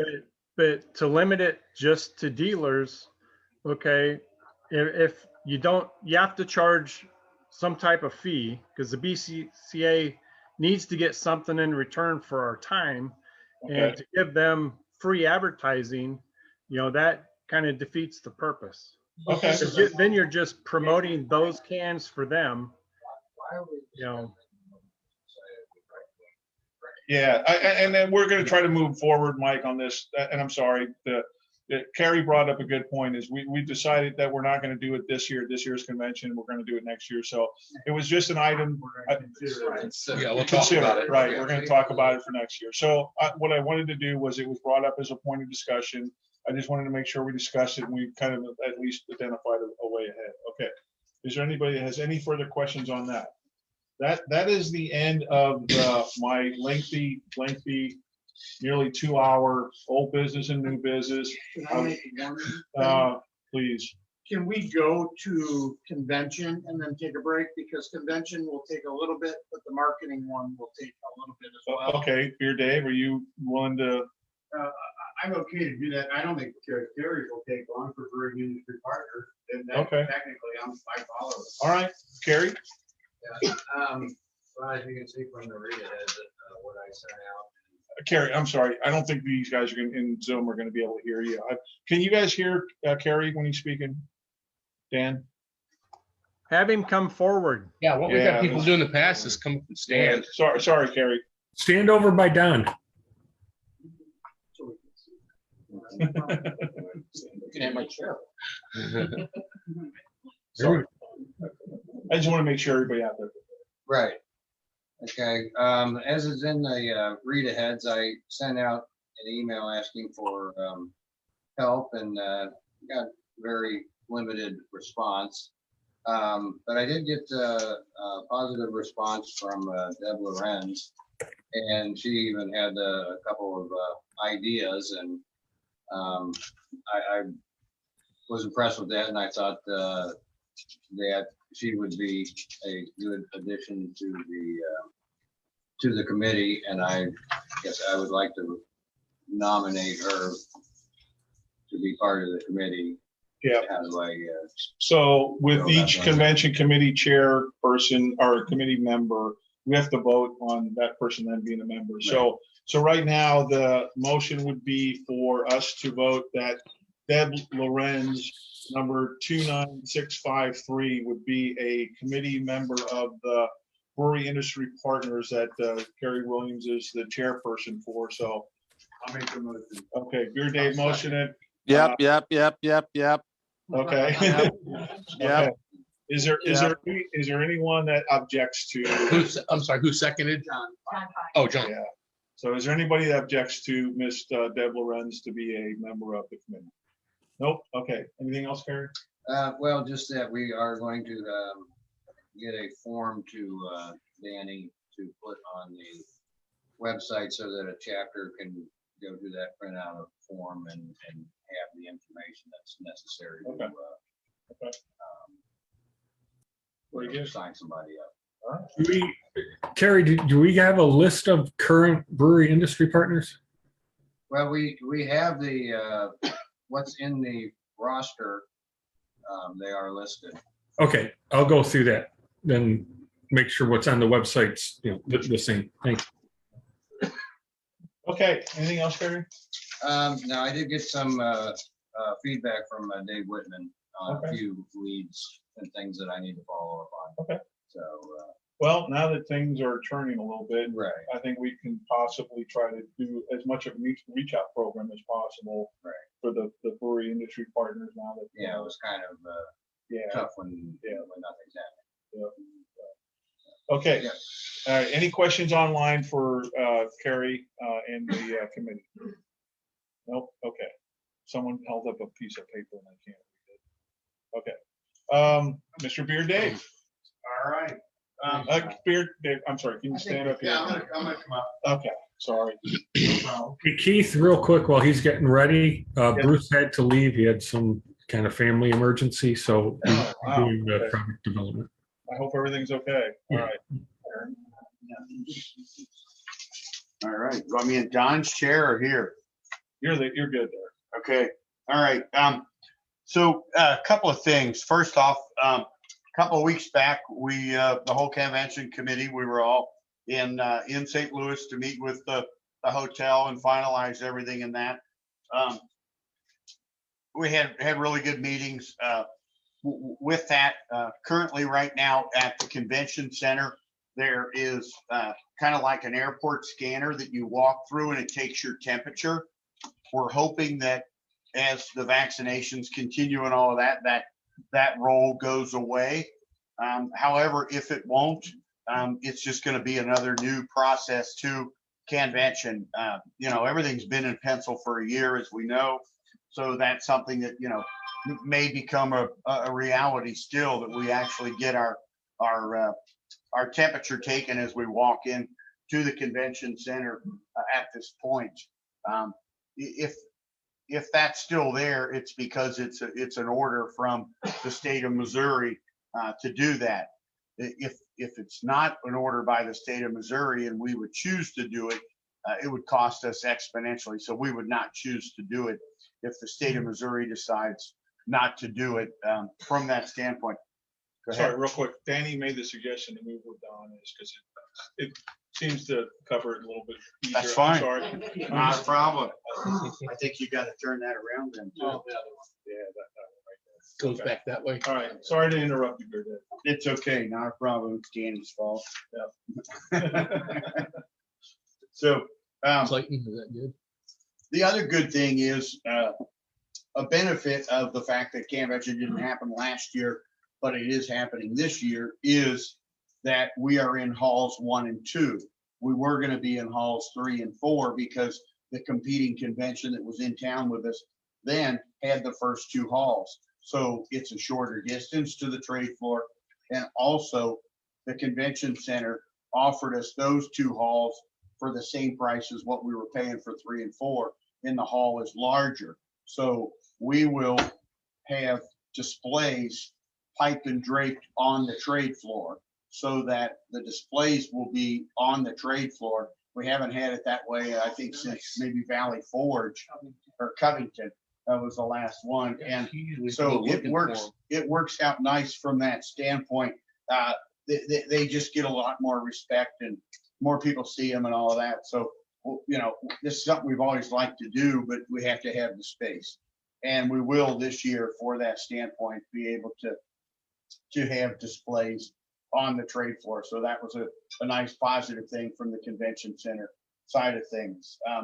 On the hotel side, one of the things right now is if we were to hold a banquet tonight at the Marriott in St. Louis, it would be done cafeteria style. They have these sort of Lexan things that are kind of up over the, so you kind of go down with your plate and sit it there and say, yeah, I'd like some of the mashed potatoes, and they would serve them onto your plate from that standpoint, where traditionally, so we're hoping that come August, that's all been lifted in that as things change.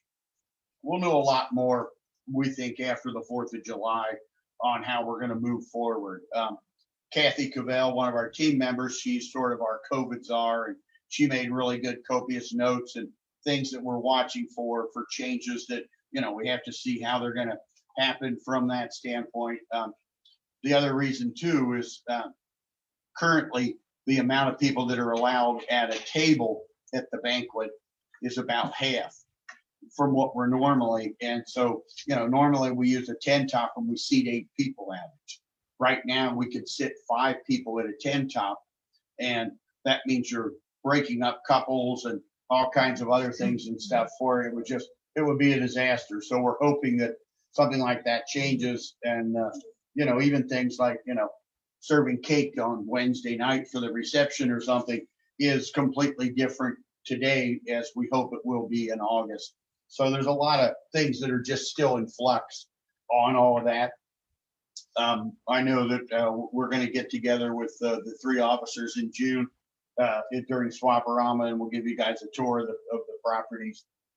The other thing is we are still taking care of making the reservations happen with collectors who still need reservations. when your last president's message went out in the magazine, I immediately knew that people had gotten their magazine because within about 2 days, I received seven re-inquiries from collectors wanting to know that there's still an idea out there that people think that because their reservation was canceled in bulk last year, there was an assumption that it was going to be reestablished in bulk this year. And that was never the case from that standpoint. So we need to make sure that they understand that do not assume that if you had a room last year, you've been given a room again this year. That is not the case at all. You will have to book a room and you'll need to go, just simply email beerdave@fuse.net and we will get you a room from that standpoint. We are working with the Marriott to try and add additional rooms, but we also have a beautiful overflow hotel. We toured that. Mary will tell you, it's a gorgeous property. If you end up in the overflow hotel, you will have no complaints about it. It's also closer to the convention center because you don't cross the street to get to it. It's right next door. So that's also another benefit. So, and we have a pretty good track record of not dumping people in crappy properties. So we would not do that. I get it. Everybody wants to be in the main hotel, but we can't build more rooms to the Marriott between now and August. Couple other things. I know we talked a little bit about supplies in that it is still a big concern of ours that it is imperative that we get a supply chairman because the amount of work that goes into that process at convention. Last year, you didn't get to experience it because there wasn't one. So you didn't understand the running around collecting the monies and balancing out the accounts. That's a huge. Yeah. And I did some from some perspective, it's too much person. Right. Yeah. No. But I'm just so that may be.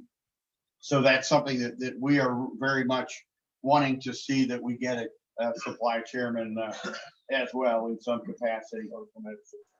And then we thought that underneath Charlie's report, we would go into the thing about the walk-ins.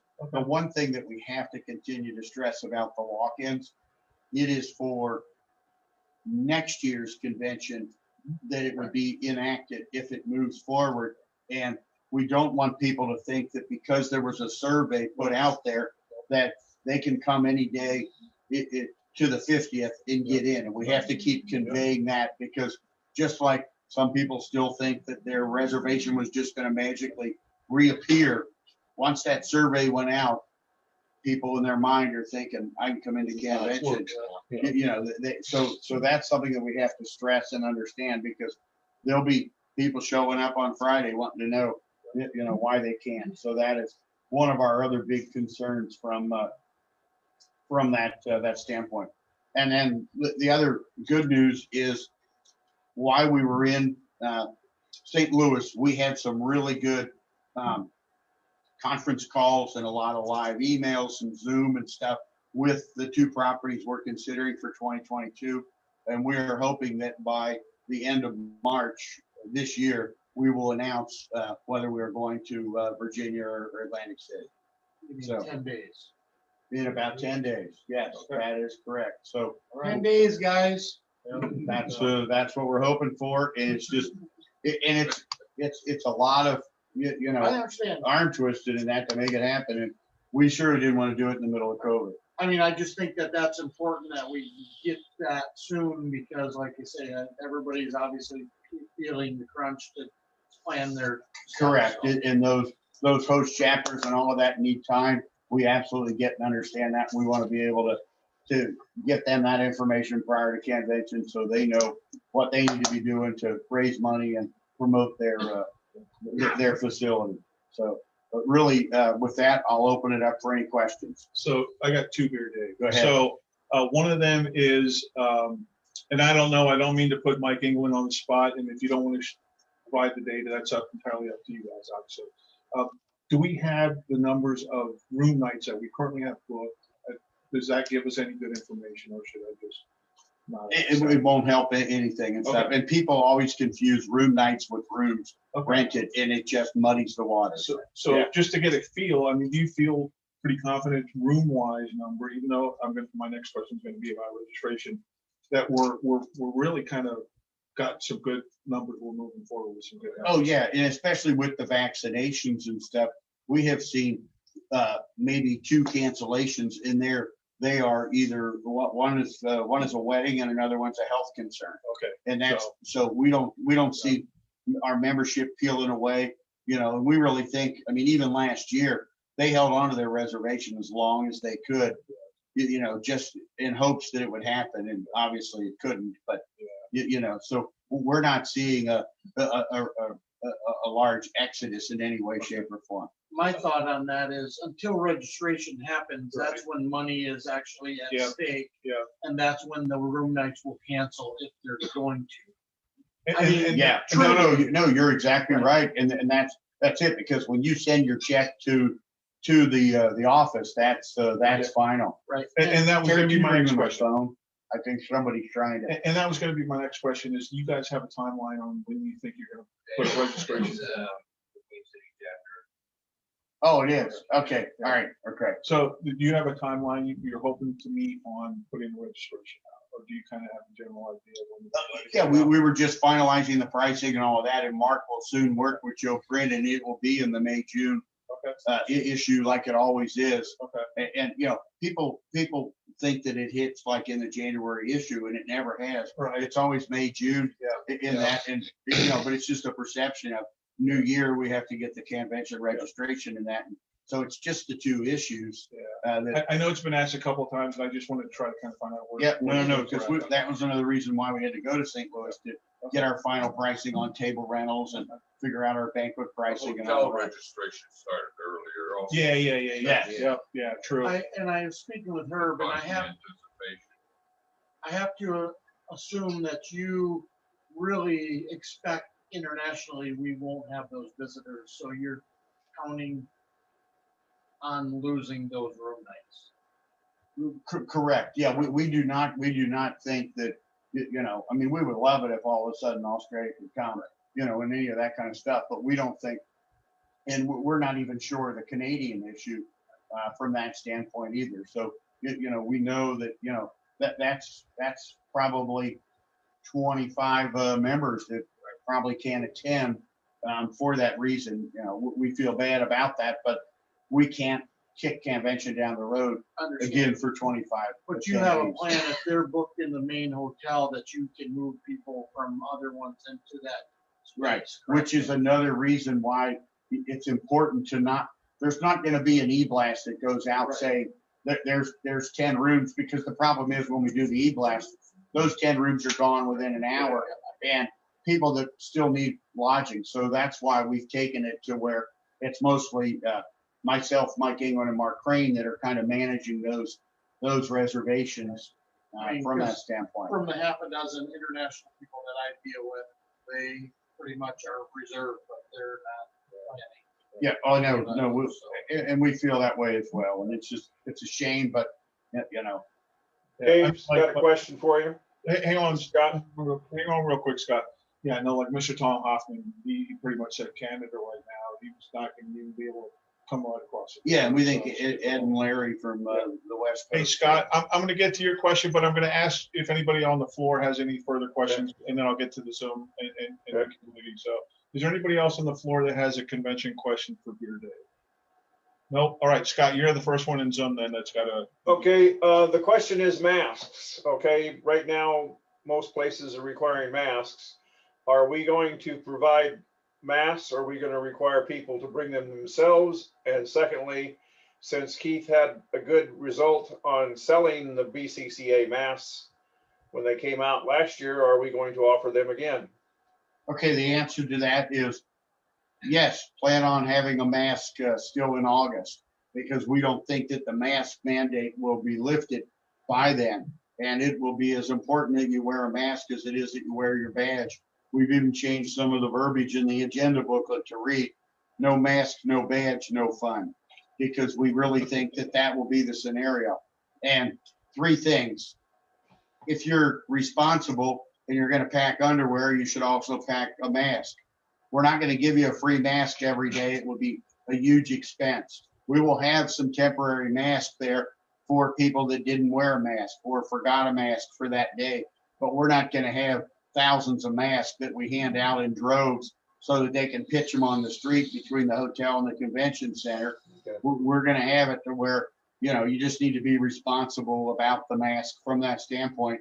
And yes, they are in the process of ordering more masks going into convention, but it's kind of on hold until we know just how strong it is that a mask mandate is required at this point.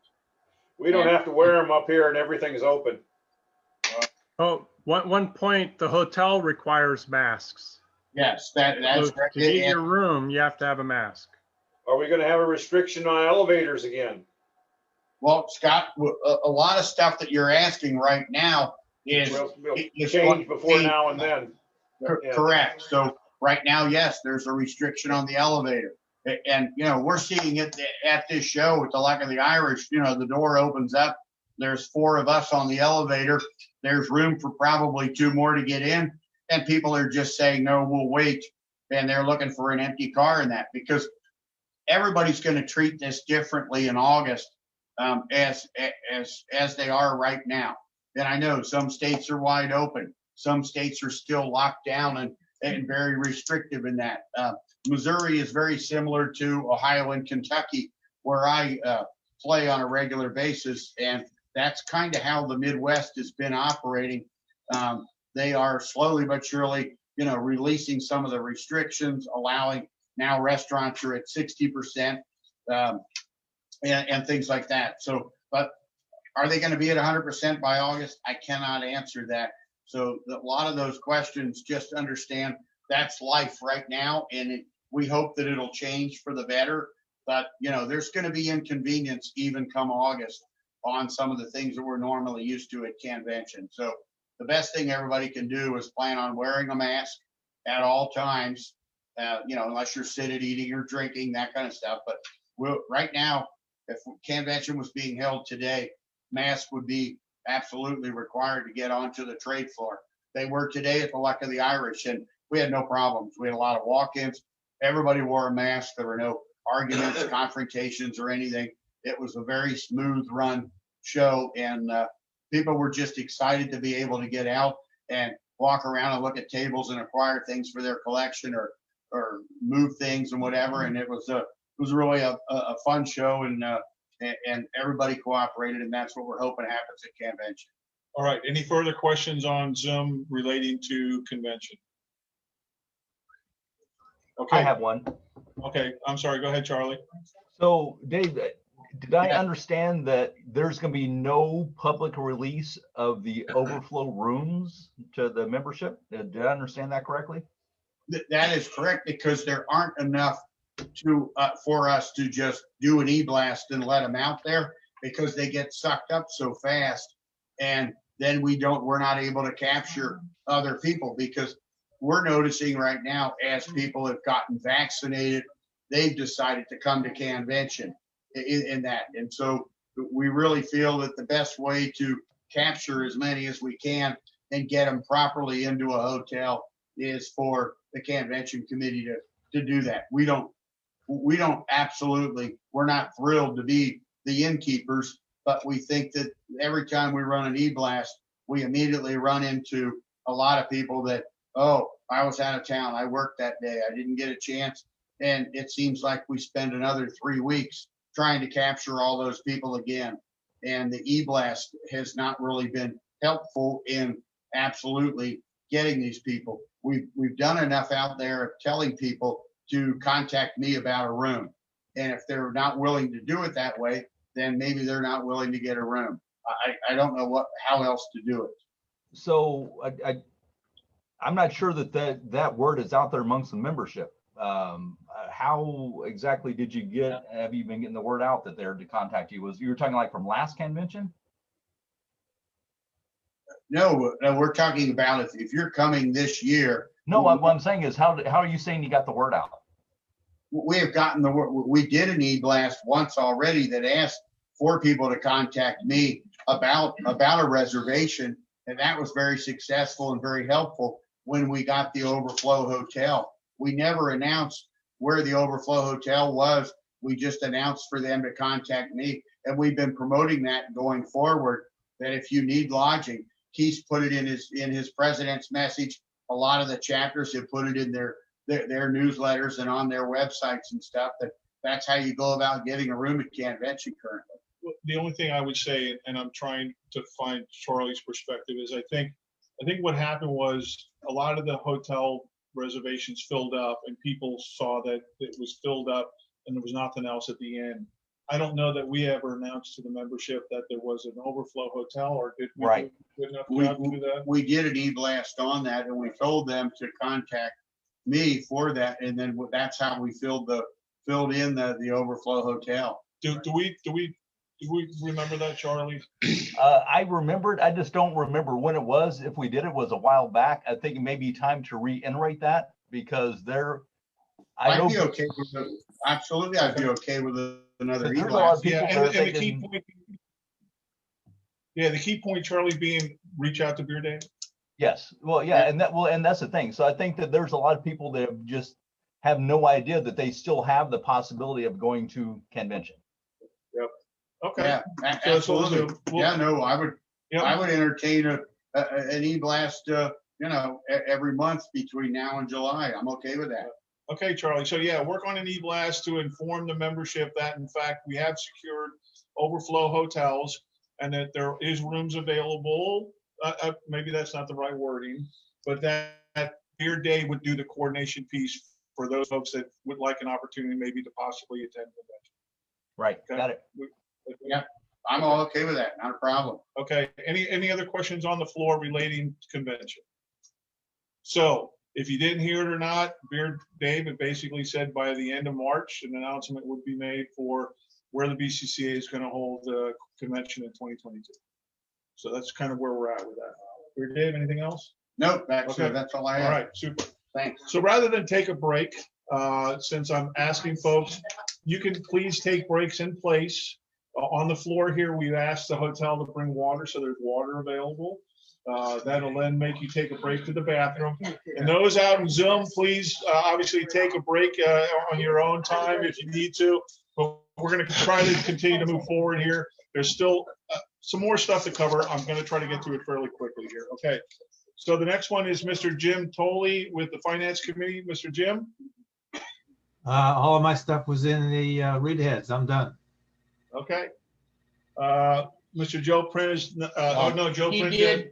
I did send out an addendum to the read aheads. He had submitted them, and I missed them when I put them into our read aheads. I can read them now, or if everyone already read them in the addendum. Yeah, I can do product development too. I have them here. I can read them now. His read aheads, if you like. Okay. Yeah. Let me just pull it up here. Please cover it as quickly as. Very quick. Yeah, it's just a paragraph or two. Okay.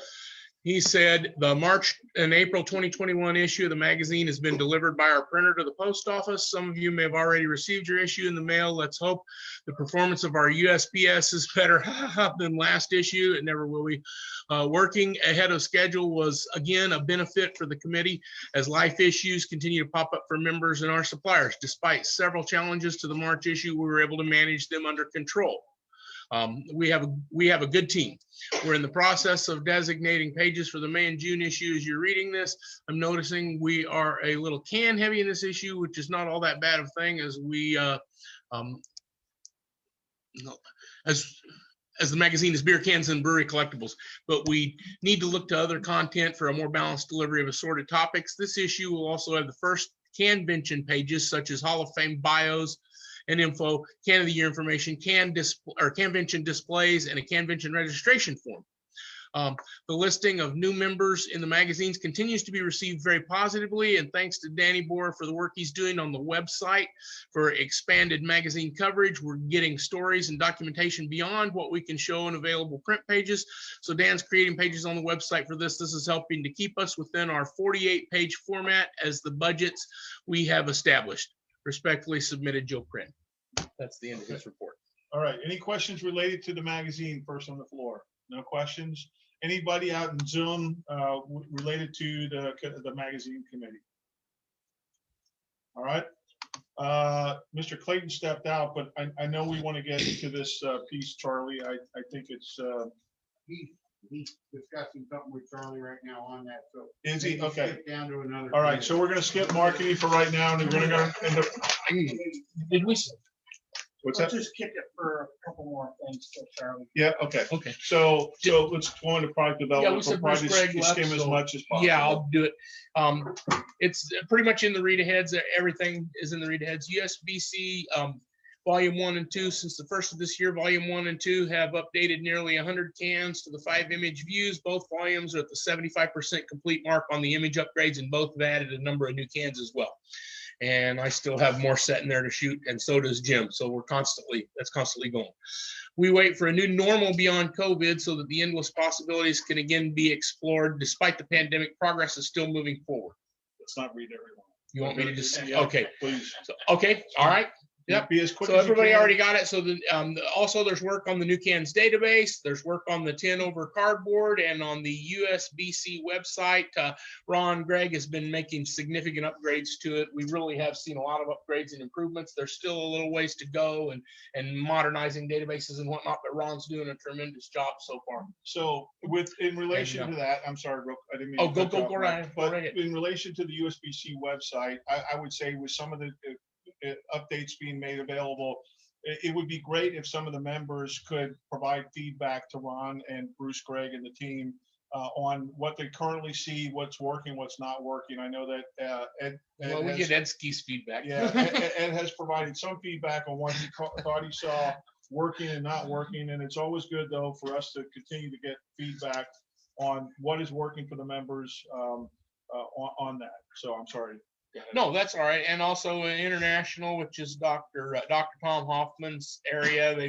He's been making new additions to that, and they're working on upgrades on that as well. Okay. Ultimately, to integrate all the databases so that the search functions will, this could be a few years down the road, but so that all the search functions go across all databases. So you could make it search real easy. It's a lot easier than it does. Now, he's made steps forward on that, but there's still more to go. Okay. Any questions on the product development team from the floor? Any questions related to product development team in zone? Nope. Okay, on to social media. We already covered that. Strategic planning, I think Al's up. I don't think he had a read ahead. Al, you still up?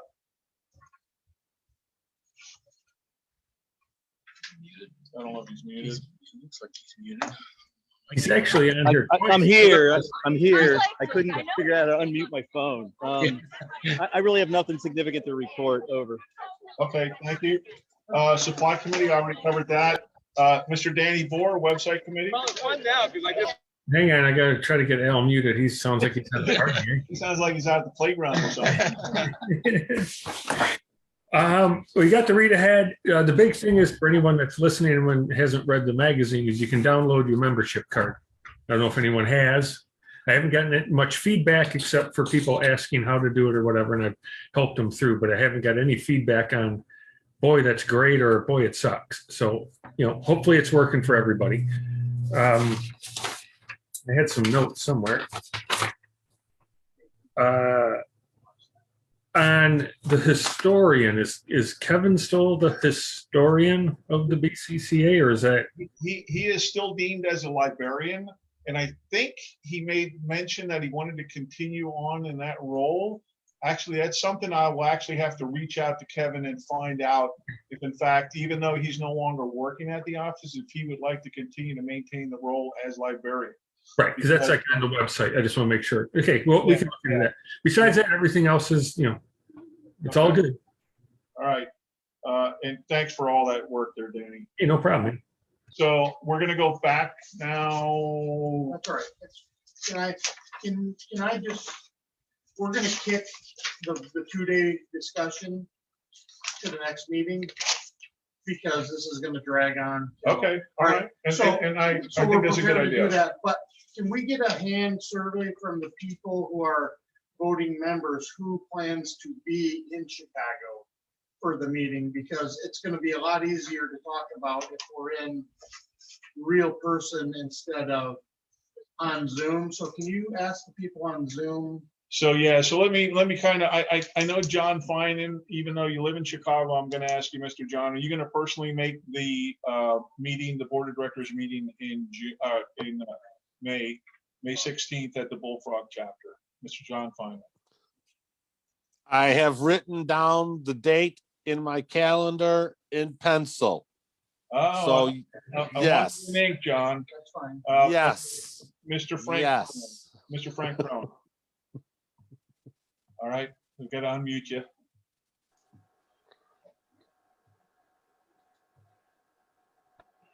There we go. Yeah, I'm going to be there. I Okay. plan on coming up to it. All right, Mr. Steve Miner. You will not be there, Steve. I see you shaking your head. Okay, Tom, I can't see Tom's video anywhere. Tom, are you going to be there? Tom, you still up? I won't be there. You won't be there. Okay. Scott?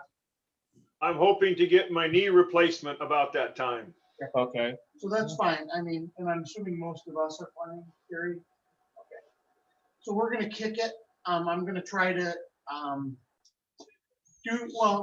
we're gonna try to do some more discussion online so we can get some stuff. I want to put the Jim Tolley discussion out there for everybody to read, so we have that. Since we didn't offer him a place to talk about it, and then maybe we'll be better prepared and less lengthy of a meeting that we'll be able to tackle that big issue there. Yeah, and Jim, I share your concerns with both Charlie Smith as the marketing guy, since it's really kind of in his lane. And because Clayton had taken on the project, I kind of shared your concerns with them as well. I thought that, obviously it needed to further the discussion, and that's why I felt I needed to share that part with them. So I hope you're okay with that, Jim. I should have asked, but I knew we were kind of pressed for time a little bit to try to get through this process. So I don't know did you hear everything I said, Jim? Yeah, we gotta wait. He's still muted, so we'll give him in a second. Sorry, I didn't. I stepped out, but Go ahead, Jim. sorry, I stepped out for a second. Okay, so we're going to table the 2-day walk-in discussion until the next board of directors meeting. Right. I expressed your concerns with both Charlie Smith, since he's the marketing guy and he's the lead on that effort. And I discussed it with Clayton, since he's kind of been the guy that's been taking on that as a topic. So I hope you don't mind. I should have called you, Jim. I apologize. I didn't, but it was enough concern from your point for me to want to talk to them that we need to maybe consider making this more a lengthier discussion, since we're not going to have it this year anyway. Let them know that I'm going to pass that along to the other board members. So Jim, do you mind your information being passed to the other board members? No, that's fine. Okay. All right, Jim. Thank you very much. Okay. So that topic won't be discussed, even though it was originally in the agenda. And then, so Charlie Smith, I know you got some marketing stuff that did not include the 2-day walk-in. So are you ready to address that? I am. Okay. I am. Go ahead, Charlie. Okay, so the first thing that we kind of alluded to in the previous discussion is that we're going to reprint the membership cards. I've been working with Marcia and Dan on that. It looks like 3,000 is a good number to order. It's going to be about $450. We have been using them. We sent some of them to the dealers to put in cans that they boxes of cans they sold, kind of as direct marketing, and that that is a good use for those things. Now the stuff that we're going to change, we have to change the amount of craft breweries from 7,000 to 8,000. We're going to rework the Friends and Fun event logo, the ones we've been talking about that looks like a postage stamp. Dan's going to do an outline of a beer can. We're going to put the same wording except it's going to be on a beer can. We're going to see how that looks, and we'll take maybe come up with a couple of different additions to decide on. So, but that will be our event logo for the rest of this year, and then we'll either go back to well, it won't be my call then, but I mean, we'll go back to the BCCA logo or whichever the case may be. So Charlie, is that the last piece you had on that? Yes. Okay. So what spurred that on was Kevin said that there was like 50 of them left. And I know that people had grabbed them and they're still making sure that they're available to show. But this is what we're talking about. It's the membership card, i.e. the old rack card, kind of needed to be updated a little bit. And we thought, well, you know, since we need to order some anyway, we thought we'd take the time to update that. Charlie has been engaged with, like you said, with Marcia and Dan, Jay, to kind of work through that. So we're gonna order 3,000, and I don't think that's not gonna go unused. I think we'll use that. So With the assumption we're gonna use up the ones we have in our stock at home and. yeah, joggers and right. stuff. That's Yep, basically. yep. So okay, anything else, Charlie? Yeah, just one other thing. So now that we have free ad space in the NABA magazine for a convention, so we have to come up with an ad for that. Now that we kind of have a way ahead of how we're going to handle that, we in their next issue, I hope to get our BCCA come to St. Louis and come to the convention ad in that magazine. So that, but that's it. Okay, and then you had a note on here that we sent out 19 e-blasts. I would tell you that we've been complimented on the amount of information we've been providing the members. They really said that they feel that they're getting a lot of information. We're going to try to continue down that path as well. So, all right, thank you, sir.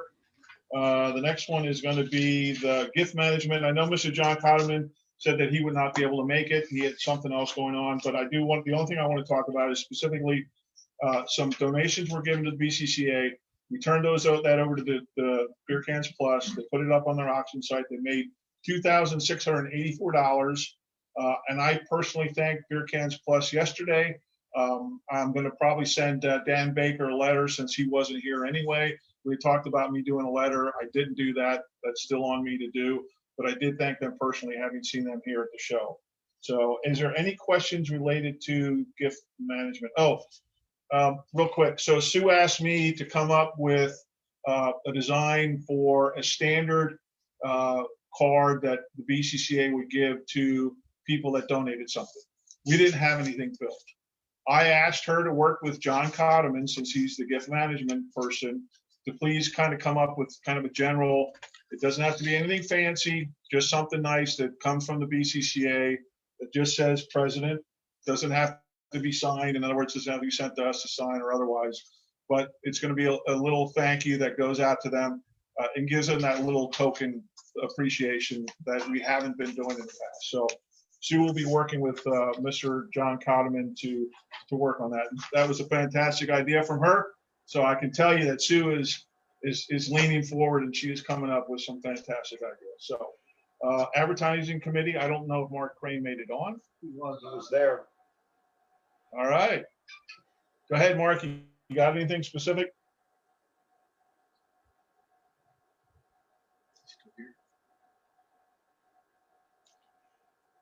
Keith, while you're waiting for him, as you're talking about printing and stuff, I was wondering if we were considering business cards for the board members again. It's been 2-3 years since we've done any. I would tell you, Scott, honestly, I have not used them.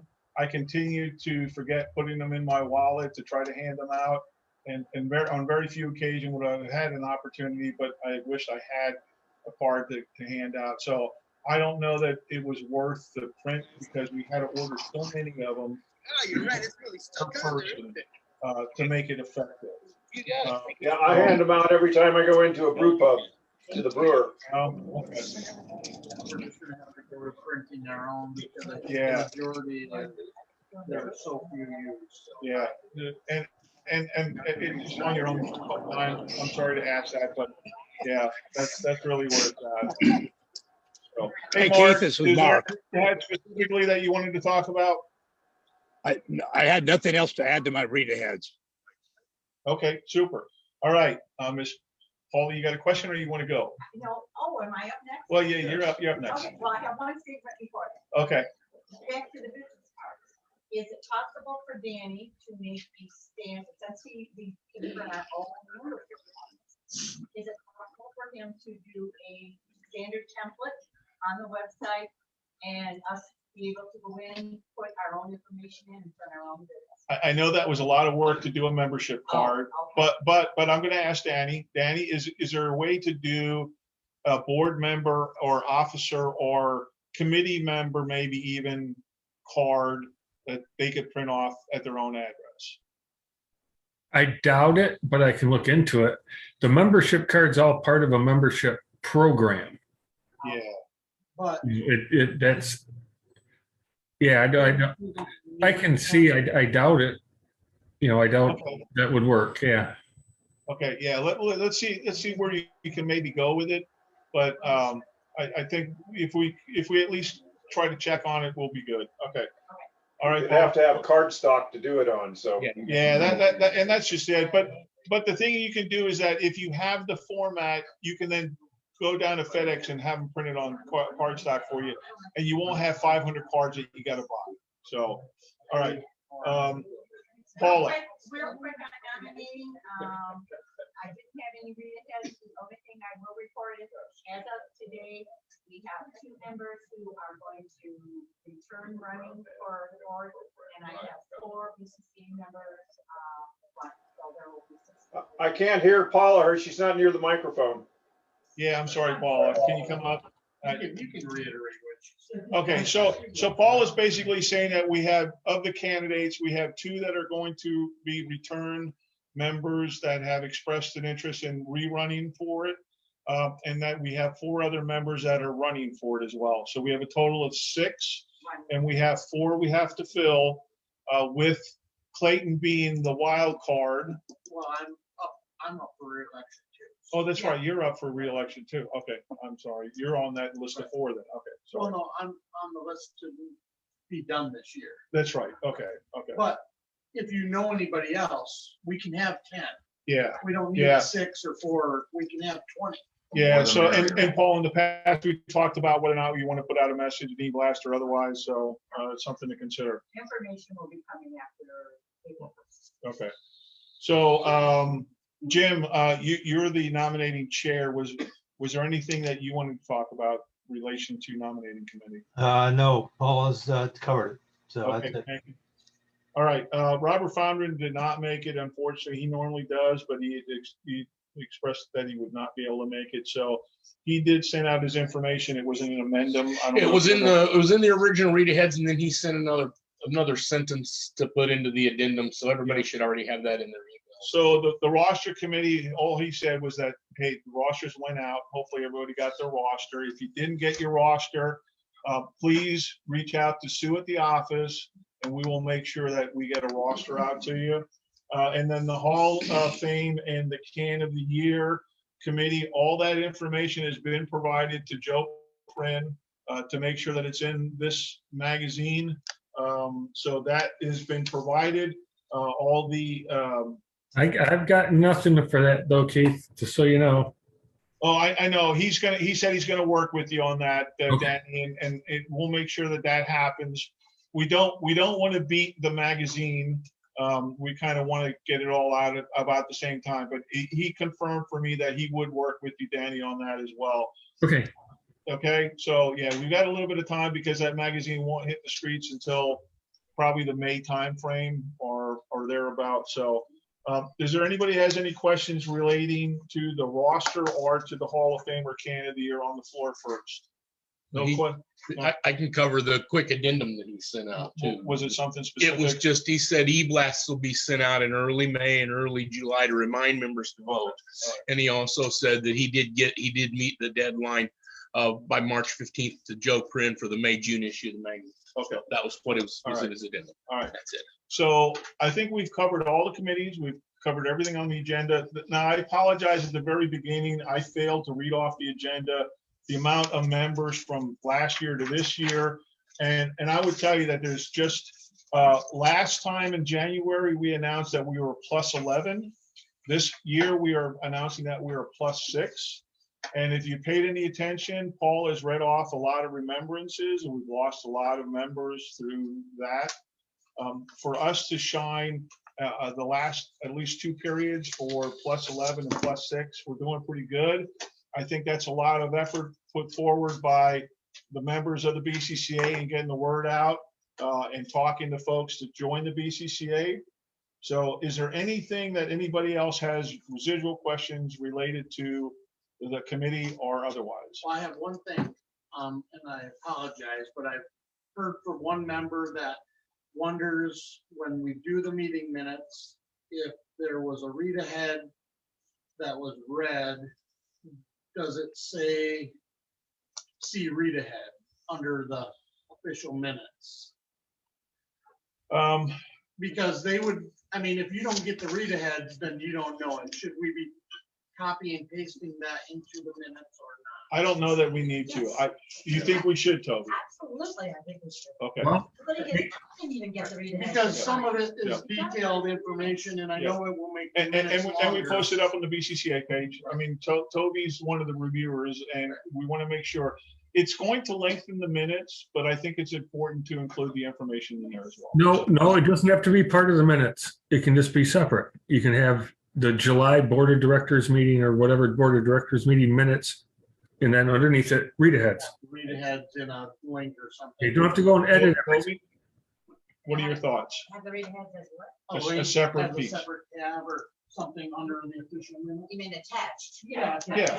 Attached is a That's all right, tab. As long as it goes out when the minutes. go out. Right, I it can see- attaches I a never tab. get to read aheads anymore. Okay, I'm yeah, not gonna true. review it, but I can't count. Okay, so those on Zoom, if you didn't hear, so that was Miss Toby Hicks. She is one of the reviewers of the minutes that are reviewed, so that we make sure that all the information that is put out during the meeting is included in there. So we have I shouldn't use the word chain of custody, but that if we have a follow through that everything that was discussed at the meeting is made available for anybody that has to go back and re-review the question or otherwise. So is there any questions out in Zoom world related to either new business, old business, or the committee efforts? Got Okay. one thing, Keith, you got a comment? Sure. I'm doing an article for Joe Prin on foreign beer cans. It's special offers and raffles on foreign beer cans. It'll be coming out in the July issue. He's given me 5 pages. Okay, and Scott, and we try to get away from that foreign word. We try to make sure that it's international. International. Yes, thank you. Okay, so real quick, before I ask for anything, last minute announcements and the information for the next meeting, Mr. Don Hardy reached out to folks that are on the BCCA Facebook page. It is a shared Facebook page with members and non-members. There's actually 6,000 some people up on the BCCA Facebook page. Yes. And so there's, it was that whole thing of, screening whether it was members, non-members, but there's 6,000 people up there. So Mr. Don Hardy is actually committed to donating 2 memberships to the BCCA for those members that are on the BCCA webpage that are not BCCA members.